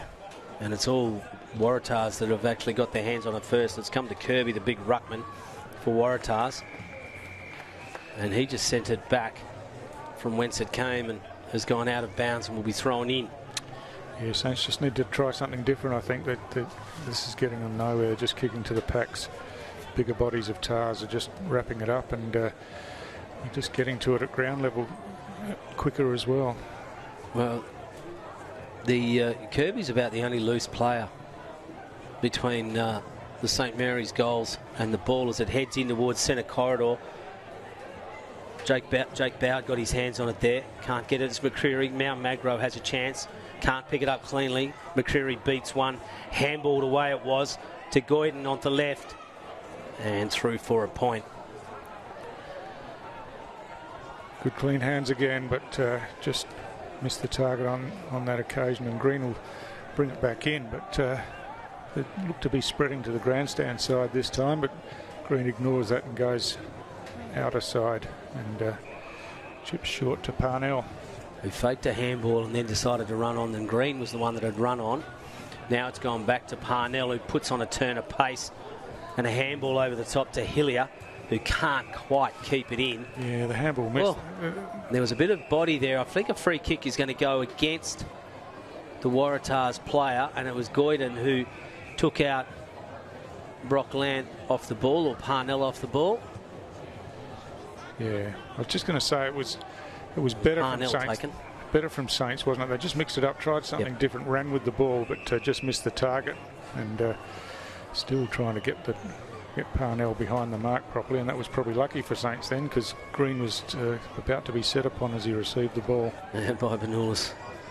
So Parnell kicks straight into the man on the mark.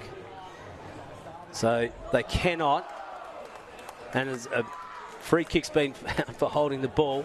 Play on is the call, and the kick isn't great. Might stay in, it isn't, and goes out of bounds. Well, yeah. I'm not sure that they could win a raffle if they bought every ticket at the moment, St Mary's. No, they're just letting themselves down, putting themselves under pressure really, and then the disposal is letting them down, and Tar's a lot more composed when they've got the ball in hand. They seem to be their own worst enemy as Manolas took front position against his opponent, Matt. They're going to get it out of here, though. Smithson onto Hillier. Hillier does have a teammate in Jack Lant, but I think it's gone out of bounds again on the full. They're persisting with that far side. Yeah, just don't have the courage to change the angles, do they, and bring it through the middle of the ground. And maybe they don't have the players running there, but it's got to be done. They're 26 points down. We're over halfway through the third quarter, and no goals in the quarter so far, hardly any score, and yeah, Tars will be happy with that. Collis just bombed it forward and went off Kirby's hands. And a free kick will actually go to Jellyman Turner, who I think was... the ball went out of bounds on the full. Turnbull cuts it off, though. So Robbie Turnbull has a chance to just set things up here for Tars and break the back and forth that's been going on. Gordon with his hands, anchors with a handball over the top. This looks promising. Out of the hand. Here they go again, Waratahs. That was Bowd. Bowd on the left foot. Hope sliding on his knees. Can't quite get a hold of it. Green worrying out his teammate, worrying out his Tars opponent. Musgrove, it looks like a free kick. Advantage has been paid to St Mary's. Now it's a bouncing ball. Collis overruns it. Coming through with one hand was Yaron. Looked good. Little hurried kick. The Tars defenders, though, equal to it. Yeah, just O'Sullivan again, just read it beautifully. Timed his attack on the ball and chopped off that forward foray by Saints, and gee, he's been really impressive in defence for Tars. Well, when they did bring it out this side, Stewie, they had a lot of space. Yeah, that's right. So at least they've tried that. But Braxton Armat doing the ruck work for Saints this time as Dylan Lant kicks forward. Nicky Yaron in front, got his hands to it, but good pressure from Waratah at the back, forced it over the boundary line, and a boundary throw-in once again.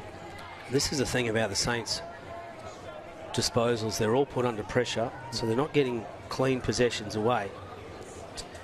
I think the 1 point loss from a couple of weeks ago really stung Waratahs. And we're seeing that response as McCreary just held it up as Magro got upended as he kicked Hope.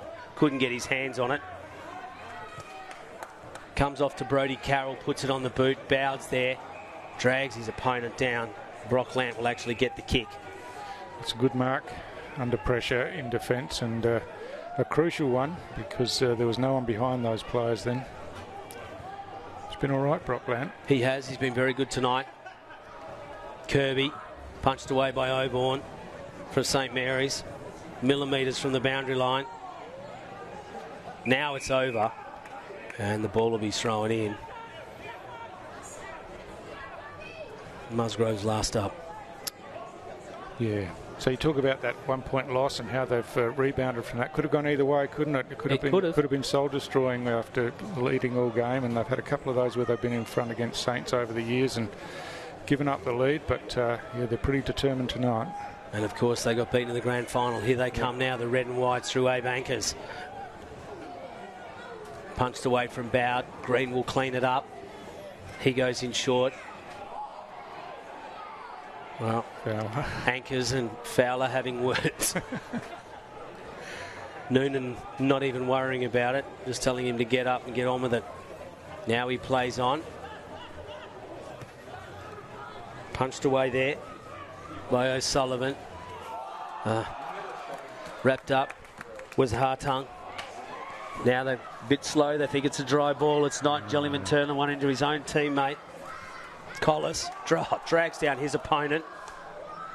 Isn't rewarded. Pelagio puts a tackle on. Now it comes out. Now there's danger. McCreary with a short kick over the top was looking for Turnbull. The bouncing ball was too good for him though.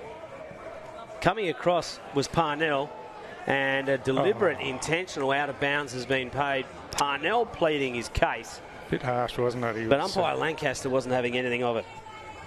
Yeah, I know. A bit harsh. He was under plenty of pressure there, and his options were to take it and be tackled or try to paddle it away, but over the boundary line, and free kick to Tars. The kick in and hits the post.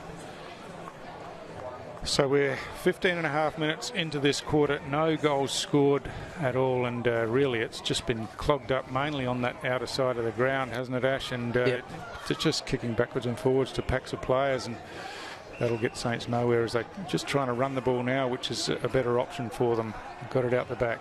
Masling. Oh, well done. But it's O'Dwyer who has been the measure tonight. He's really been a brick wall for St Mary's when they go into attack. Picked up, though, by Hartung. And there's O'Dwyer again. Will get it on the bounce. Can he get around Hillier? He can't. See, takes it out of bounds. Just another one, Ash. That was a simple kick to a player in space, and the kick gone over his head and allowed Waratah to come in and just chop it off. Yeah, but don't underestimate, Stuart, how much pressure is being put on the St Mary's players on disposal. I mean, Waratahs are putting the ball carrier under pressure. I mean, I'm not trying to defend St Mary's out of hand here, but they are certainly not getting any easy possessions. I know that much. And there are substantial skill errors, no question about that. That was Magro, puts it straight on the boot. Oh, loose out the back. This is Bow. He's going to score again. I think that's his second or third, is it? Let me just check. No, he's had that's his first. He's had a couple of chances. He had a couple of shots, but he missed, but that's Bow's first. Yeah, and it's just opened up, didn't it? They got the ball in quickly, got it out the back, and just see here two Saints players flying against each other, and strong work at ground level, and just out the back, got in the better position out the back of his opponent, and a walk-in goal, and that really makes the task for St Mary's hard in this qualifying final as we come close to three-quarter time. Yeah, Bout's been good all day up forward, been dangerous, a dangerous player, and he's been giving them options. Yeah, that's exactly right. And then when it hits the ground, he's doing the work as well as Grenfell comes up against Benoulis. Oh, danger signs here for St Mary's again. Straight in looking for Hope, who got it on his chest and will get awarded a mark. Yeah, Saints rolled the dice then. All their players ran forward of the centre contest, and it went the other way, and Carlin just swooped on it, kicked long inside 50, and quick entry. And when you've got a big marking target like Hope, that's what you want to do, get it in quick and long. And again, he is one of two players on the ground that I consider to be among the best in the contested mark, and he showed it there. Yep. Under intense pressure, he was up to it. Darcy Hope direct in front, comes in. Can he put Waratahs further in front? Yes, he can. Yeah, so after an arm wrestle for 17 minutes or so, Tars have broken it open again in this quarter with a couple of quick goals, and yeah, just look at the Saints players' heads are down a bit. They need to get their hands on the ball, win the clearance, and move the ball quickly. Something they haven't been able to do is get the ball into their forward 50 quickly all night. And there's Carlin with that quick kick. Yep. And there's Hope under pressure. That's his third for the night, Darcy Hope. And in conditions like this, that's substantial. There's only two multiple goal scorers on the field, and Hope's one and Nicholas Yaron is the other, and he's kicked both of, obviously, St Mary's goals.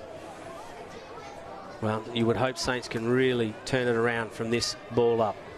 It's one out, though, by Benoulis. Now they get a chance. Just dragged off it with Smithson. Benoulis beats one, then beats the other. Then sends it up looking for Kirby. It's going to be a bouncing ball, though. Ducking his head, let go. Play on is the call. Magro can't get clean hands on it. Diving Carlin. Now they can come through Paredes potentially. Paredes is dragged off it. He's up to it though. Now he's got a runner in Jacob Long. Jacob Long can put it out in front, but there's O'Sullivan. O'Sullivan, just one of the six from Waratahs that's really held his own tonight. Now they've got Gooch is in there. Oh, they both looked at each other. Oh, they've overrun it. Calder has a crack, and Calder gets a goal. Wow, comedy of errors there. Yeah, the Waratah players looked at each other, both tried to shepherd and left the ball there, and then missed off the ground on the first occasion by Long, but Calder had had the presence of mind just to keep his feet and got it through in the end. As you look at the replay here, and Bowd working all the way back in defence, got the hand pass in between two teammates, both looking around to Shepherd. Sullivan went to Shepherd, Gooch went to Shepherd. Jacob Long had an air swing. And called her with a little chip. Wow.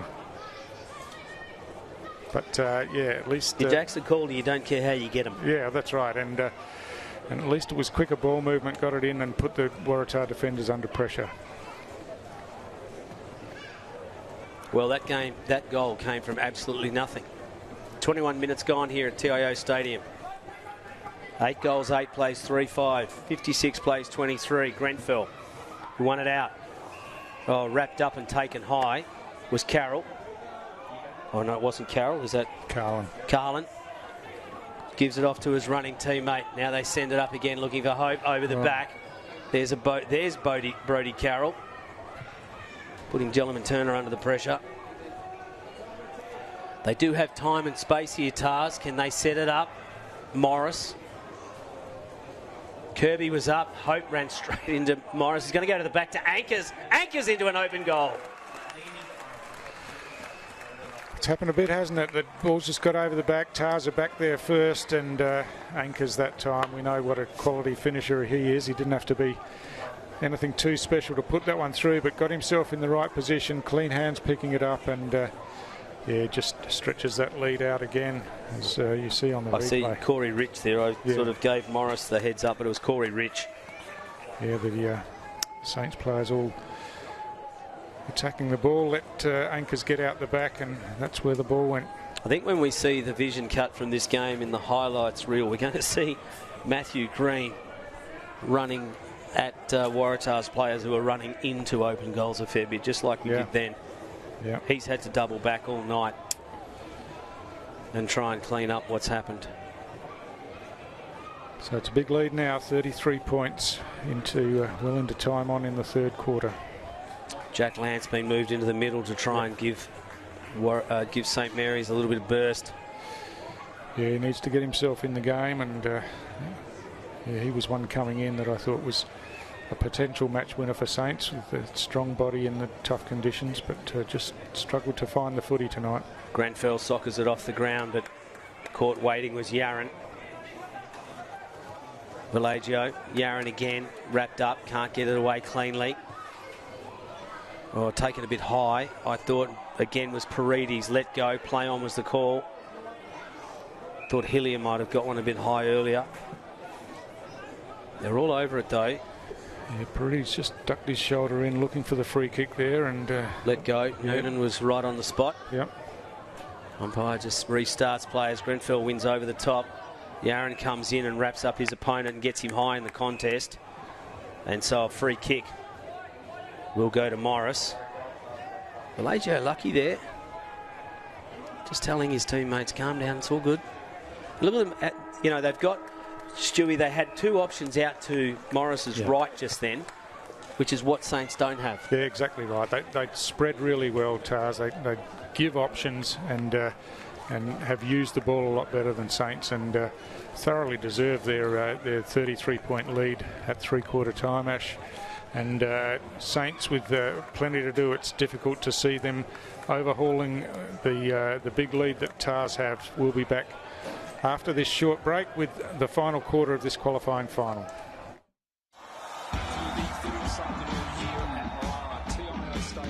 To the left of your radio they go. Wow, what a goal to start the game. Beautiful. Goes for home and has nailed an absolute ripsaw. From the pocket, and he's kicked an absolute ripper.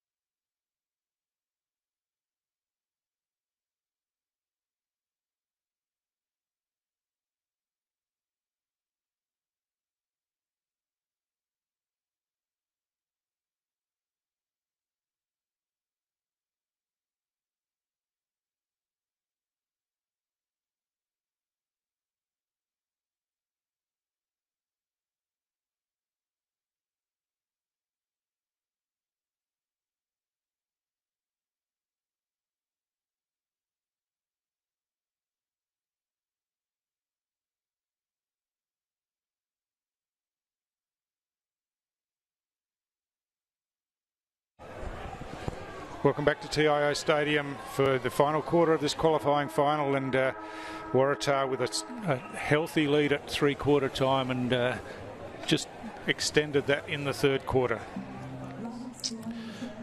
They did, and the game is well and truly underway here now at TIO, and we're just waiting. Umpires giving them every opportunity in these conditions. Again, a bit of push and shove in there.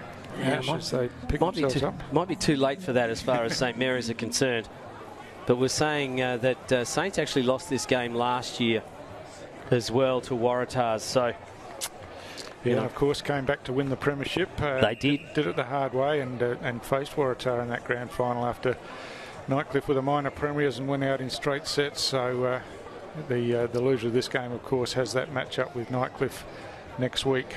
Goyden with quick hands, trying to get it out, wrapped up by Yaron, brought to ground. I think he's going to go here. And he is. Had every opportunity, no, and didn't take it. There's a little bit of push and shove. Dylan Lant and Collis. Grenfell and Collis. Oh, there's a great mark there. Yep, Collis. And that was Dylan Collis. Interfering in the marking contest there was Jellyman Turner on Brodie Carroll. So Brodie Carroll will get the kick. Darcy Hope dropping back. Carroll just puts it up. Bowd sets himself, looking for the ball out the back. Hope. Magro's in there. Haven't seen the best out of him tonight, Magro. And then there's a free kick, and it's going to go to Jaden Magro. Bit of push and shove. A few players come in to remonstrate. And a 50's been paid, and it's going to go against Nicky Yaron for a late touch. Here we go. We'll just watch this on replay. Great tackle by Magro. Lant not happy. And still Grenfell is remonstrating. Yeah. Wasted energy, you would think, Stuart, at this time of the game. Yeah, Grenfell's taken the angry pills since half-time, I think, and is throwing his weight around a bit, but Magro's got the free kick. He's got a run-up of about 50 metres here to have this shot at goal. Well, he was given a 50 and then he had a run-up of 50, so at some point, let's hope he can get a score. Magro comes in, left foot, looks pretty good off the boot. Yep, he's on the board for his second of the night. He was celebrating as soon as he kicked it, and yeah, he's a reliable kick and made no mistake on that occasion as Tars celebrate, and why shouldn't they celebrate? They hold a 45-point lead early in this final quarter, and it looked like they're booking himself a passage into the second semi-final against Southern Districts next week. And as we said earlier, I think Southern Districts will be pretty happy to be sitting back watching this one tonight in these conditions and come in fresh for next week. Yeah, I don't think anybody would have wanted to have played this weekend. If you could afford to have the weekend off, you would have taken it. The conditions very heavy. Magro finished second on the goal-kicking list at the end of the home and away season, behind Jackson Calder, who's up the other end. Grenfell just takes it out of the air and then gives a handball over to Jack Lant, who got nowhere. Now he's got a handball out. Bellagio can't get it. Picked up by Collis. Hurried kick out. In there is Crocker. Kirby, free kick found. It's going to go against Waratahs and will go to Paredes. Paredes has a chance to send him deep. Kirby's taking a long time to give him the ball back. Yeah, it's not going to be Paredes. Oh, it's not going to be Paredes? Yeah, who's it going to be? Jack Lant. Yeah. So Jack Lant will get the free kick. So he must have got held off the ball. Certainly a hold paid. Lant. Take his best from there, you would think. Well, difficult. Heavy ball, 50 metres out. He's given it every opportunity. He's pushed it slightly to the right. It's going to be marked right on the line, though. Uncontested, Ash. Yep. Uncontested, no less, by Goyden. And so Waratahs not conceding anything at the moment. Oh. He sends it out wide, but it's... conceded that one. Yeah, not good. That's out of bounds on the full. So Parnell, is it Parnell? No, sorry. That's Musgrove. Musgrove. Centering kick, looking for Bellagio. Anchors. Hurried kick. Bouncing ball. Overshooting it. Comes to Parnell. Parnell with a handball. Brock Lant.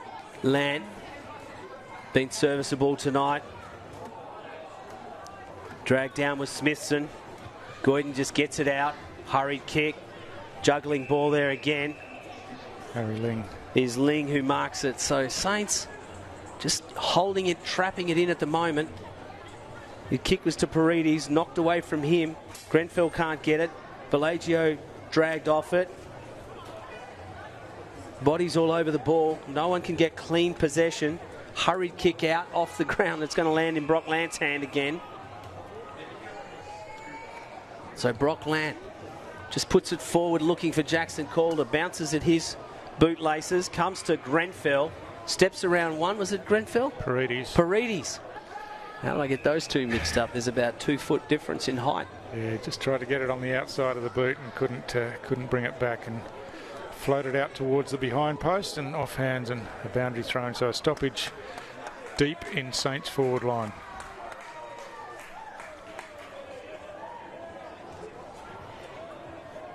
Set up high. Grenfell front position. Trying to shrug it off. Yaron picks it up, handball back in onto Dylan Lant. Dylan Lant with a left foot through for a point. Caller in the contest asked him if he was held. Yeah, Dylan Lant probably needed the right foot there, just getting onto the left. The pressure came in and pushed it across, but virtually all players in the one half of the ground at the moment, and Tar's happy to clog it up. Big kick, O'Dwyer. The Tars players just arguing for it there. Turnbull was one of them. Collis was the other. Handball out from Benulis. It's been very good tonight as well. Little kick over the top to Bowd. Bowd spills it. Oh, he's going to get paid the mark anyway. He's been very good tonight, Bowd. Yeah, he has. He stepped up where Magro hasn't. Bowd just sends it up over the back. Benulis on the foot race to the ball. Yeah. And the ball has gone out of bounds and will be thrown in. They're all asking the question there. Is Ling versus Benulis. Benulis has been good too, Ash, just given them that chop out ruck option, and got plenty of the ball as well. So, yeah, an important player for them. So, I mean, they've had a bit of depth. Waratahs, like St Mary's, have gone down to player 18 at different times this season with double-digit disposals, which you can't buy. Demonstrates depth as Lant runs away with it. But his kick, first of all, just ripped off the ball there was Andrew. Sullivan couldn't get clean possession. Fowler, though, gives it back to Jack Lant. Lant sends it for Calder. It's hands over the back. They might get out of this through Waddy. Waddy is given time through a very good Shepherd. Coming in was Musgrove. Musgrove, inside out, kick it, goal. I think he's accurate. He has got it. Good effort there. I was just going to say it was really well read by Waddy off the back of the pack there, and but he just gave his kick a little bit too much air, and Mitch Musgrove closed on it and then took it on, put it across his boot and brought it back for his first goal of the game. So we'll just watch this. So Waddy did everything right there. And it was just Musgrove was up to the contest and just measured it beautifully off the boot. Yeah, so a goal apiece in this last quarter. It's not going to be enough for Saints, but obviously they need to keep pushing and run the contest out and prepare themselves for next week. And not give away anything that allows them to be reported. I just don't think. Yeah. I don't think Anthony Bellagio will be happy with that. Picked up Smithson, Cruiserberger it was. Here they come again, Musgrove, the last goal kicker for St Mary's. Looking for Smithson, and he finds him. Smithson just swivels onto the right, balks once, now he goes again. He's at 48, he ran his full measure. Calder off his hands, off his fingers and through for a point. It was Oborn. Yeah. So, yeah, they made that move at half-time, Oborn forward. And, not sure that it's... not sure Smithson wanted to actually do that. Gooch waited for it, punched away from him.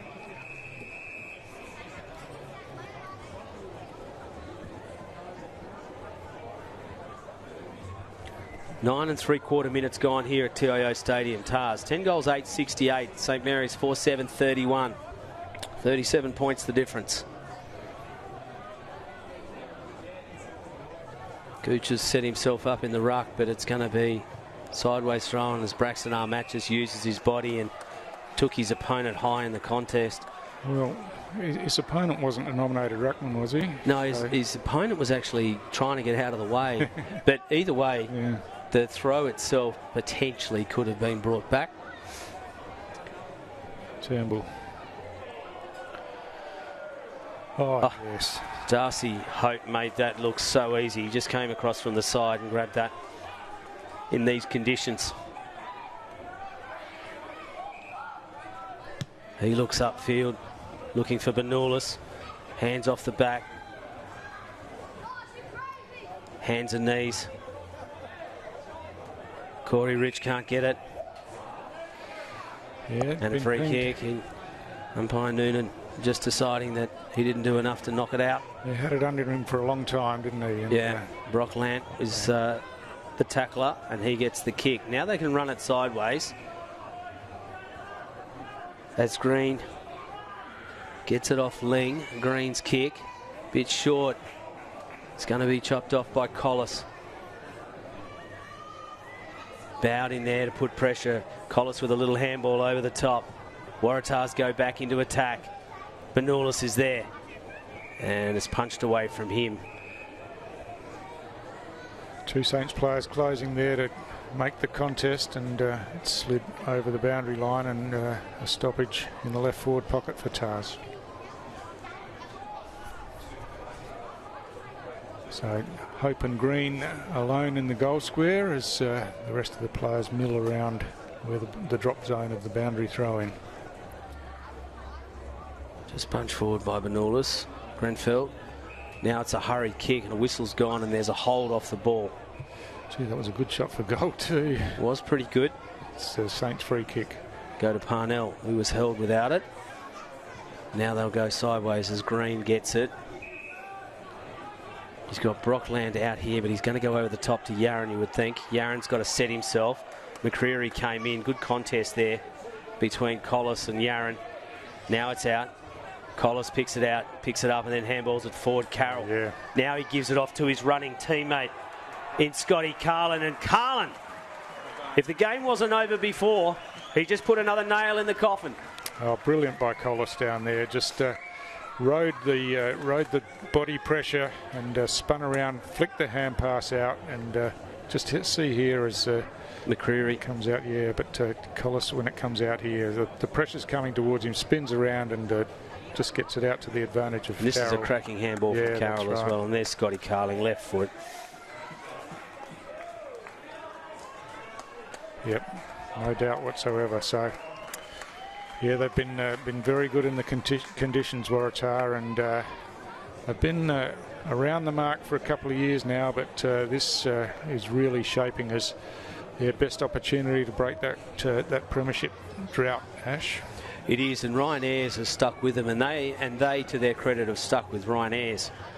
And he has done his best to build a consistent side as Grenfell wins out, comes to Paredes, and a whistle sounds, and a goal umpire has come out from the back end and is having a conversation with the field umpire, and not quite sure why that would be, but I think we're going to end up with a restart. I'd say one of the players wasn't standing in the goal square at the ball. So there'll be a warning. Right. Okay. Back in. Grenfell won it out again, although this time there's no clean possession. It is now to Jack Land. So they come away with it. St Mary's. Send it up to centre half forward. Valeggio tries to scoop it out with one hand. Not quite lucky enough. He's swamped by red and white jerseys. Jack Lant's given him something in the middle since he's gone in there, Ash. Yep. And he probably, you can always talk about timing, but would you have moved him in earlier? I mean, do you move him in the second quarter? Yeah, what do you do? I don't know. That's right. You got to do what you can to try and win the game when it's there. But I suppose they were 4 goals down and thought we would come back. They would come back from like this. They have been. Well, they have slowly tried to keep themselves in it. But when you give a side a start, and I think Waratah's learnt from the last time the two played that they didn't want to give them. They didn't want to allow them back into the game if they did, as Carlin goes out wide. Look at that spread again. Yeah, they've got runners everywhere. Sullivan. Yeah. Really good. Yeah, now to Gooch. Gooch can go over the top to the leading teammate. That's lovely. And that's silly. Yeah. It was late and silly, and it'll be 50, I would think. Yeah, it is. And more importantly, who's it landed up in the hand of? Is it Turnbull? No, it's Carroll. It's Carroll. Yeah. Carroll, I think, has already got one. Yeah. Now he's going to end up with his second, you would think. But that's, what's that, about the fourth goal? Fourth shot at goal? Yeah, absolutely it is. And it's, what's the margin? The margin's 7. Yeah. So you could put that down to ill discipline. Yeah, there's been too much of that tonight, hasn't there? As you're alluding to, Ash, and this is a walking goal. And Brody Carroll, as always, has been a contributor all night, and they're celebrating in the stands, the Waratah supporters, as they should be. They've got a good side out there this year, and they're holding it together and just powering on and looking at their next challenge next week. So what do you do if you're Ryan Ayres? Excuse me a second. Well, if you're Ryan Ayres, you mean as far as looking after players and that sort of thing? Well, looking after players, but are you wanting to then? Are you wanting to see them actually finish it off? Really finish the side off. You're looking to. What are you doing? What are you doing with your best players? What are you doing with your structure? Yeah. You're giving players a run in positions they hadn't normally run in. What do you do? Well, I'm not sure about that at this time of year. I think they would. They wouldn't want to be taking their foot off the pedal. If you ease off, injuries can happen and all sorts of things go wrong. You don't want to flirt with your form. Is one thing that I always say. And Tars would be putting the pedal to the floor and just trying to grind away for the rest of the game. Cruiserberger on his opponent ended up in the back and will give away a free kick as a consequence. And that'll go to Brody Carroll. Captain's game from Brody Carroll tonight. And you just look, they've got players running forward, spreading, and Carroll goes long instead. It's going to fall short. And there's Brock Lant tonight, who has quite possibly been Saints' best player over the 4 quarters. He's certainly been in their top 3. Yeah, definitely. His kick was short, bounced. As we gave him a wrap, Robinson had to hurriedly kick it. Oh, beautiful. Grenfell over the top. Yeah, just his kick.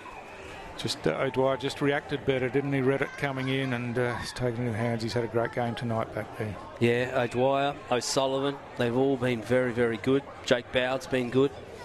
Benulis has been good as the second ruck. They go back. And again, here's that spread. He's got Gooch out wide if he wants him. And he's also got Crocker short as well. So he goes to Crocker instead. But he had 2 options. Crocker looks up. And he's got 2 options and goes into Goyden. Goyden over the top. He's got a runner and it's Collis.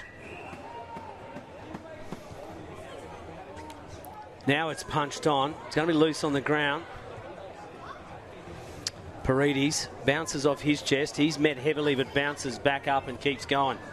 Hillier, he's had a quiet game by his standards. Jacob Long, handball out the back. Brock Lant, steps one, then got wrapped up. Play on is the call. Long, no one talking to him, took too long. As Hillier, loose.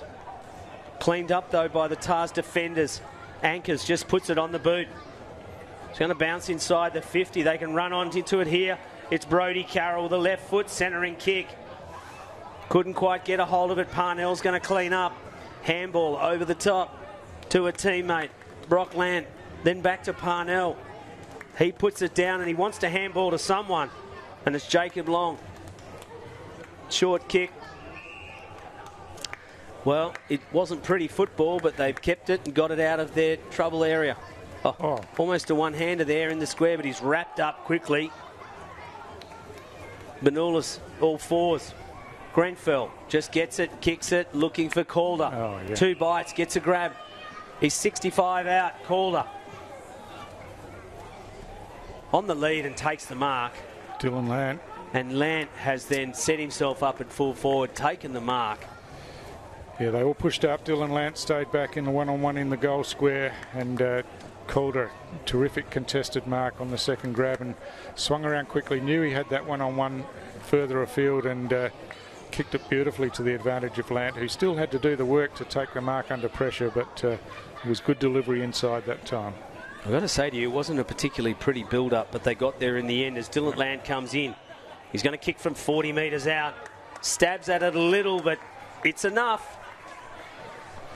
So Dylan Lant, his first goal on the board for the night. And Saints, of course, have only kicked the 5, but to see the build-up here, nice pick-up by Grenfell, kicks in, and strong contested mark. And he was on his bike straight away, saw the one-on-one in the goal square on the left foot, and out to the advantage of Lant, and yeah, under pressure, took a good contested mark.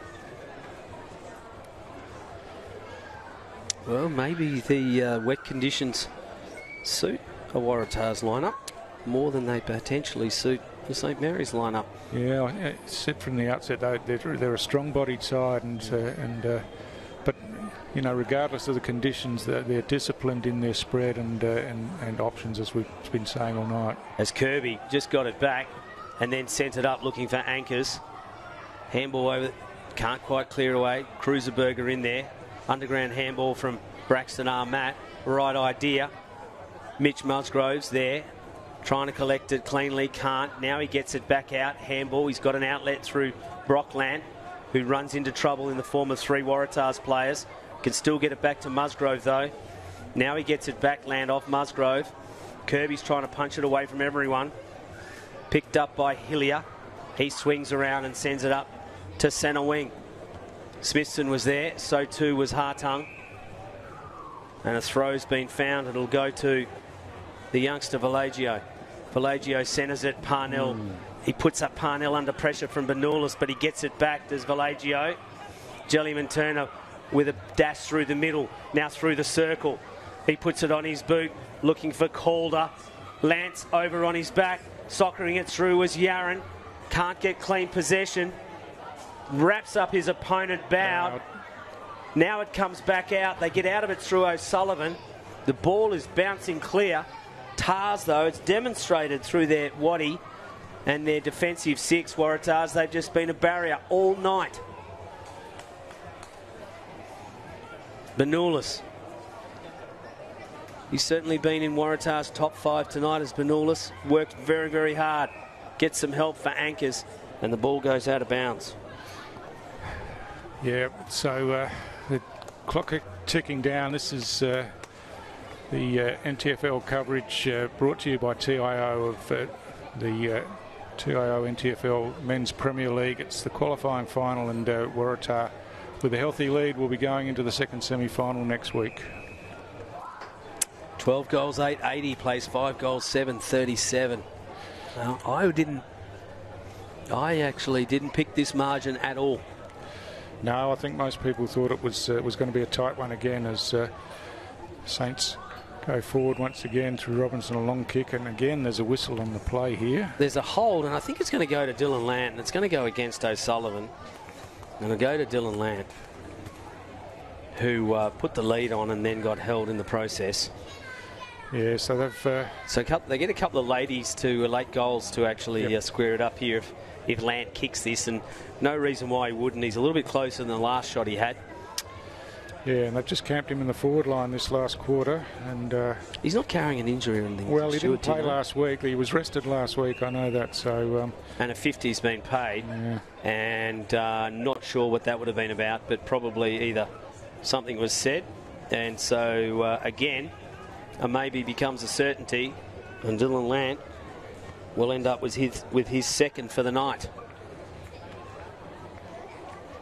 He comes in, goal number 2 for Dylan Lant. It is, and that's 3 goals apiece in this last quarter, but it's all academic at this stage as Tars will march on, and Saints will have to rebound against a Nightcliff side who weren't over impressive tonight, Ash, but they have won 8 or 9 games in a row, so they've got a roll. And of course, we remember that St Mary's and Nightcliff had those 3 grand finals in a row, which were all amazing contests, including one of them being the drawn game. Yeah. But, so they played extra time and Nightcliff finished up winning, but so they won't be obviously meeting each other in the grand final this year. One of them will be knocked out next week, and Tars march on. And I like the look of Waratah. They've done it tough in hard conditions, but their system is good. They've got good players all over the ground, and they'll give it a real shot.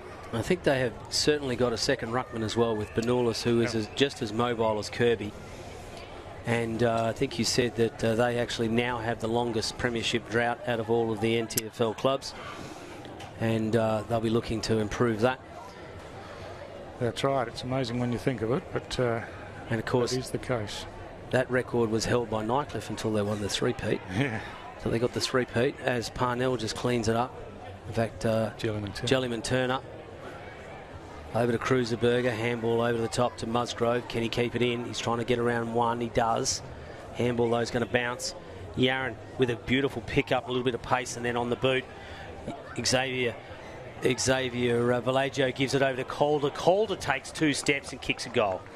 So Saints have kicked 3 in a row at the end of this game, just to make the scores a bit more respectable, and it's not through Tars easing off at all. Just the game's freed up a little bit more, I think, and Saints have kept having a crack. That was good work by Yaron out there, and got it on the outside of the boot and slipped off the hands, and Calder just sitting at the back of the pack. There's been a few of them tonight, just sitting at the back of the pack in the wet conditions, and it's a matter of reading where the ball's going to go and as it comes in. But, it's been a healthy 5-goal margin most of the night. I think that's where it'll sit. Yeah. It blew out a little bit there, but Waratah's St Mary's just fighting it back a little bit, and this is the type of football that we've seen from them. 27 minutes gone here at TIO in the 4th. There can't be much more time left. Left in this game, in this qualifying final. Certainly the players will be looking forward to the full-time siren. Both sides, I would have thought, so they can start to prepare now for the next week. It's one out there by the youngster Braxton Armat. Gives it, but the bounce favours Tars, and Bowd gets it. Bowd kicks on to Kirby. Kirby gives it off to Morris. So Edward Morris looks further upfield. He's got Darcy Hope asking him one way, so he decides to go to the other. Magro puts a lead on. Anchors, gets it. Handballs to no one. In the end, it ended up with Parnell. Oh, that's a good pickup. Magro is going to be the recipient of a quick kick. Excuse me, courtesy of Marcus Waddy. Yeah, Parnell just tried to leap the hand pass over the top and gave his opponent too much time, and which meant that Parnell's direct opponent Magro could get out the back and get on the end of probably a cheap one, a short pass, but had to be in the right position. And the siren's gone, and Magro will have a shot for goal after the siren. He's got the 2 goals for the night so far, and the distance won't be a problem, and neither will the accuracy as he thumps that through. And Waratah go marching on to the second semi-final next week, and a really impressive performance by them, Ash. Well, Magro gets a sneaky 3, and let's be honest, he hasn't been. It wasn't the most dominant performance that we've seen out of Jaden Magro, and the other multiple goal scorer. There were 2 other multiple goal scorers. Darcy Hope also got 3 for Waratahs. He had a cracking game in the first half, set things up by the way he presented himself. And Brodie Carroll, who had a captain's game, I thought, in terms of across the 4 quarters, and really gave them a target. And then you really can't go past the Tars defenders, whether it was O'Dwyer, whether it was O'Sullivan. They really worked very hard, and so did William Collis, and so did Joel Crocker. And then with cameos at different times, you had Anchors and Scotty Carlin coming in, and of course the big mark, you already talked about him, was Darcy Hope, and also Benulis. I just, you know, as a second ruckman, he's mobile, he's everything, and you can play him up forward or you can play him up back. St Mary's, though, they've got the work cut out for them. Then they've ended up with multiple goal scorers. In the Dylan Land ended up with 2 late in the game, and they were from free kicks and marks. And then Nicky Aaron had 2. Then there was one from Mitch Musgroves, and it was Jackson Calder who got 2 in the second half, but didn't really dominate. No, Presented himself, no great delivery into him. And if it wasn't for people like Parnell and Kieran Parnell up back, then they might have been in more trouble. And young Brock Lamb, he was very, very good across half-back tonight. Yeah, really impressive tonight. But too many passengers for St Mary's, too many that didn't get much of the ball at all. And Waratah had a much better spread of good players. And so Saints got to go back to the drawing board a bit and think about how they approach next week, because if they don't rebound quickly, all of a sudden their season's gone. But that's why you finish in the top 3 to give yourself a second chance, and they've certainly got that, and they've used it in the past and bounced back. So expect that again, I would think. Well, they will have to bounce back, St Mary's, or else they'll be eliminated. And Waratahs will be looking forward to next week and setting themselves and containing this victory. But they certainly made amends for what happened 2 weeks ago, when they lost by a kick after the siren to St Mary's, and they would have been hurting from that. Yeah, but I think coming into the final series, we thought that all 5 teams were a chance, certainly the top 4, and there's no reason to think otherwise. It's a pretty even competition, it has been all year. So just quickly, Waratahs will play Southern Districts next week, and Nightcliff will play against St Mary's. It's going to be another big round of football. Stu Davis, thanks very much for allowing me to broadcast with you. Yeah, thanks, Ash. A great night great day of football all round, and we'll be back again to do it all next week.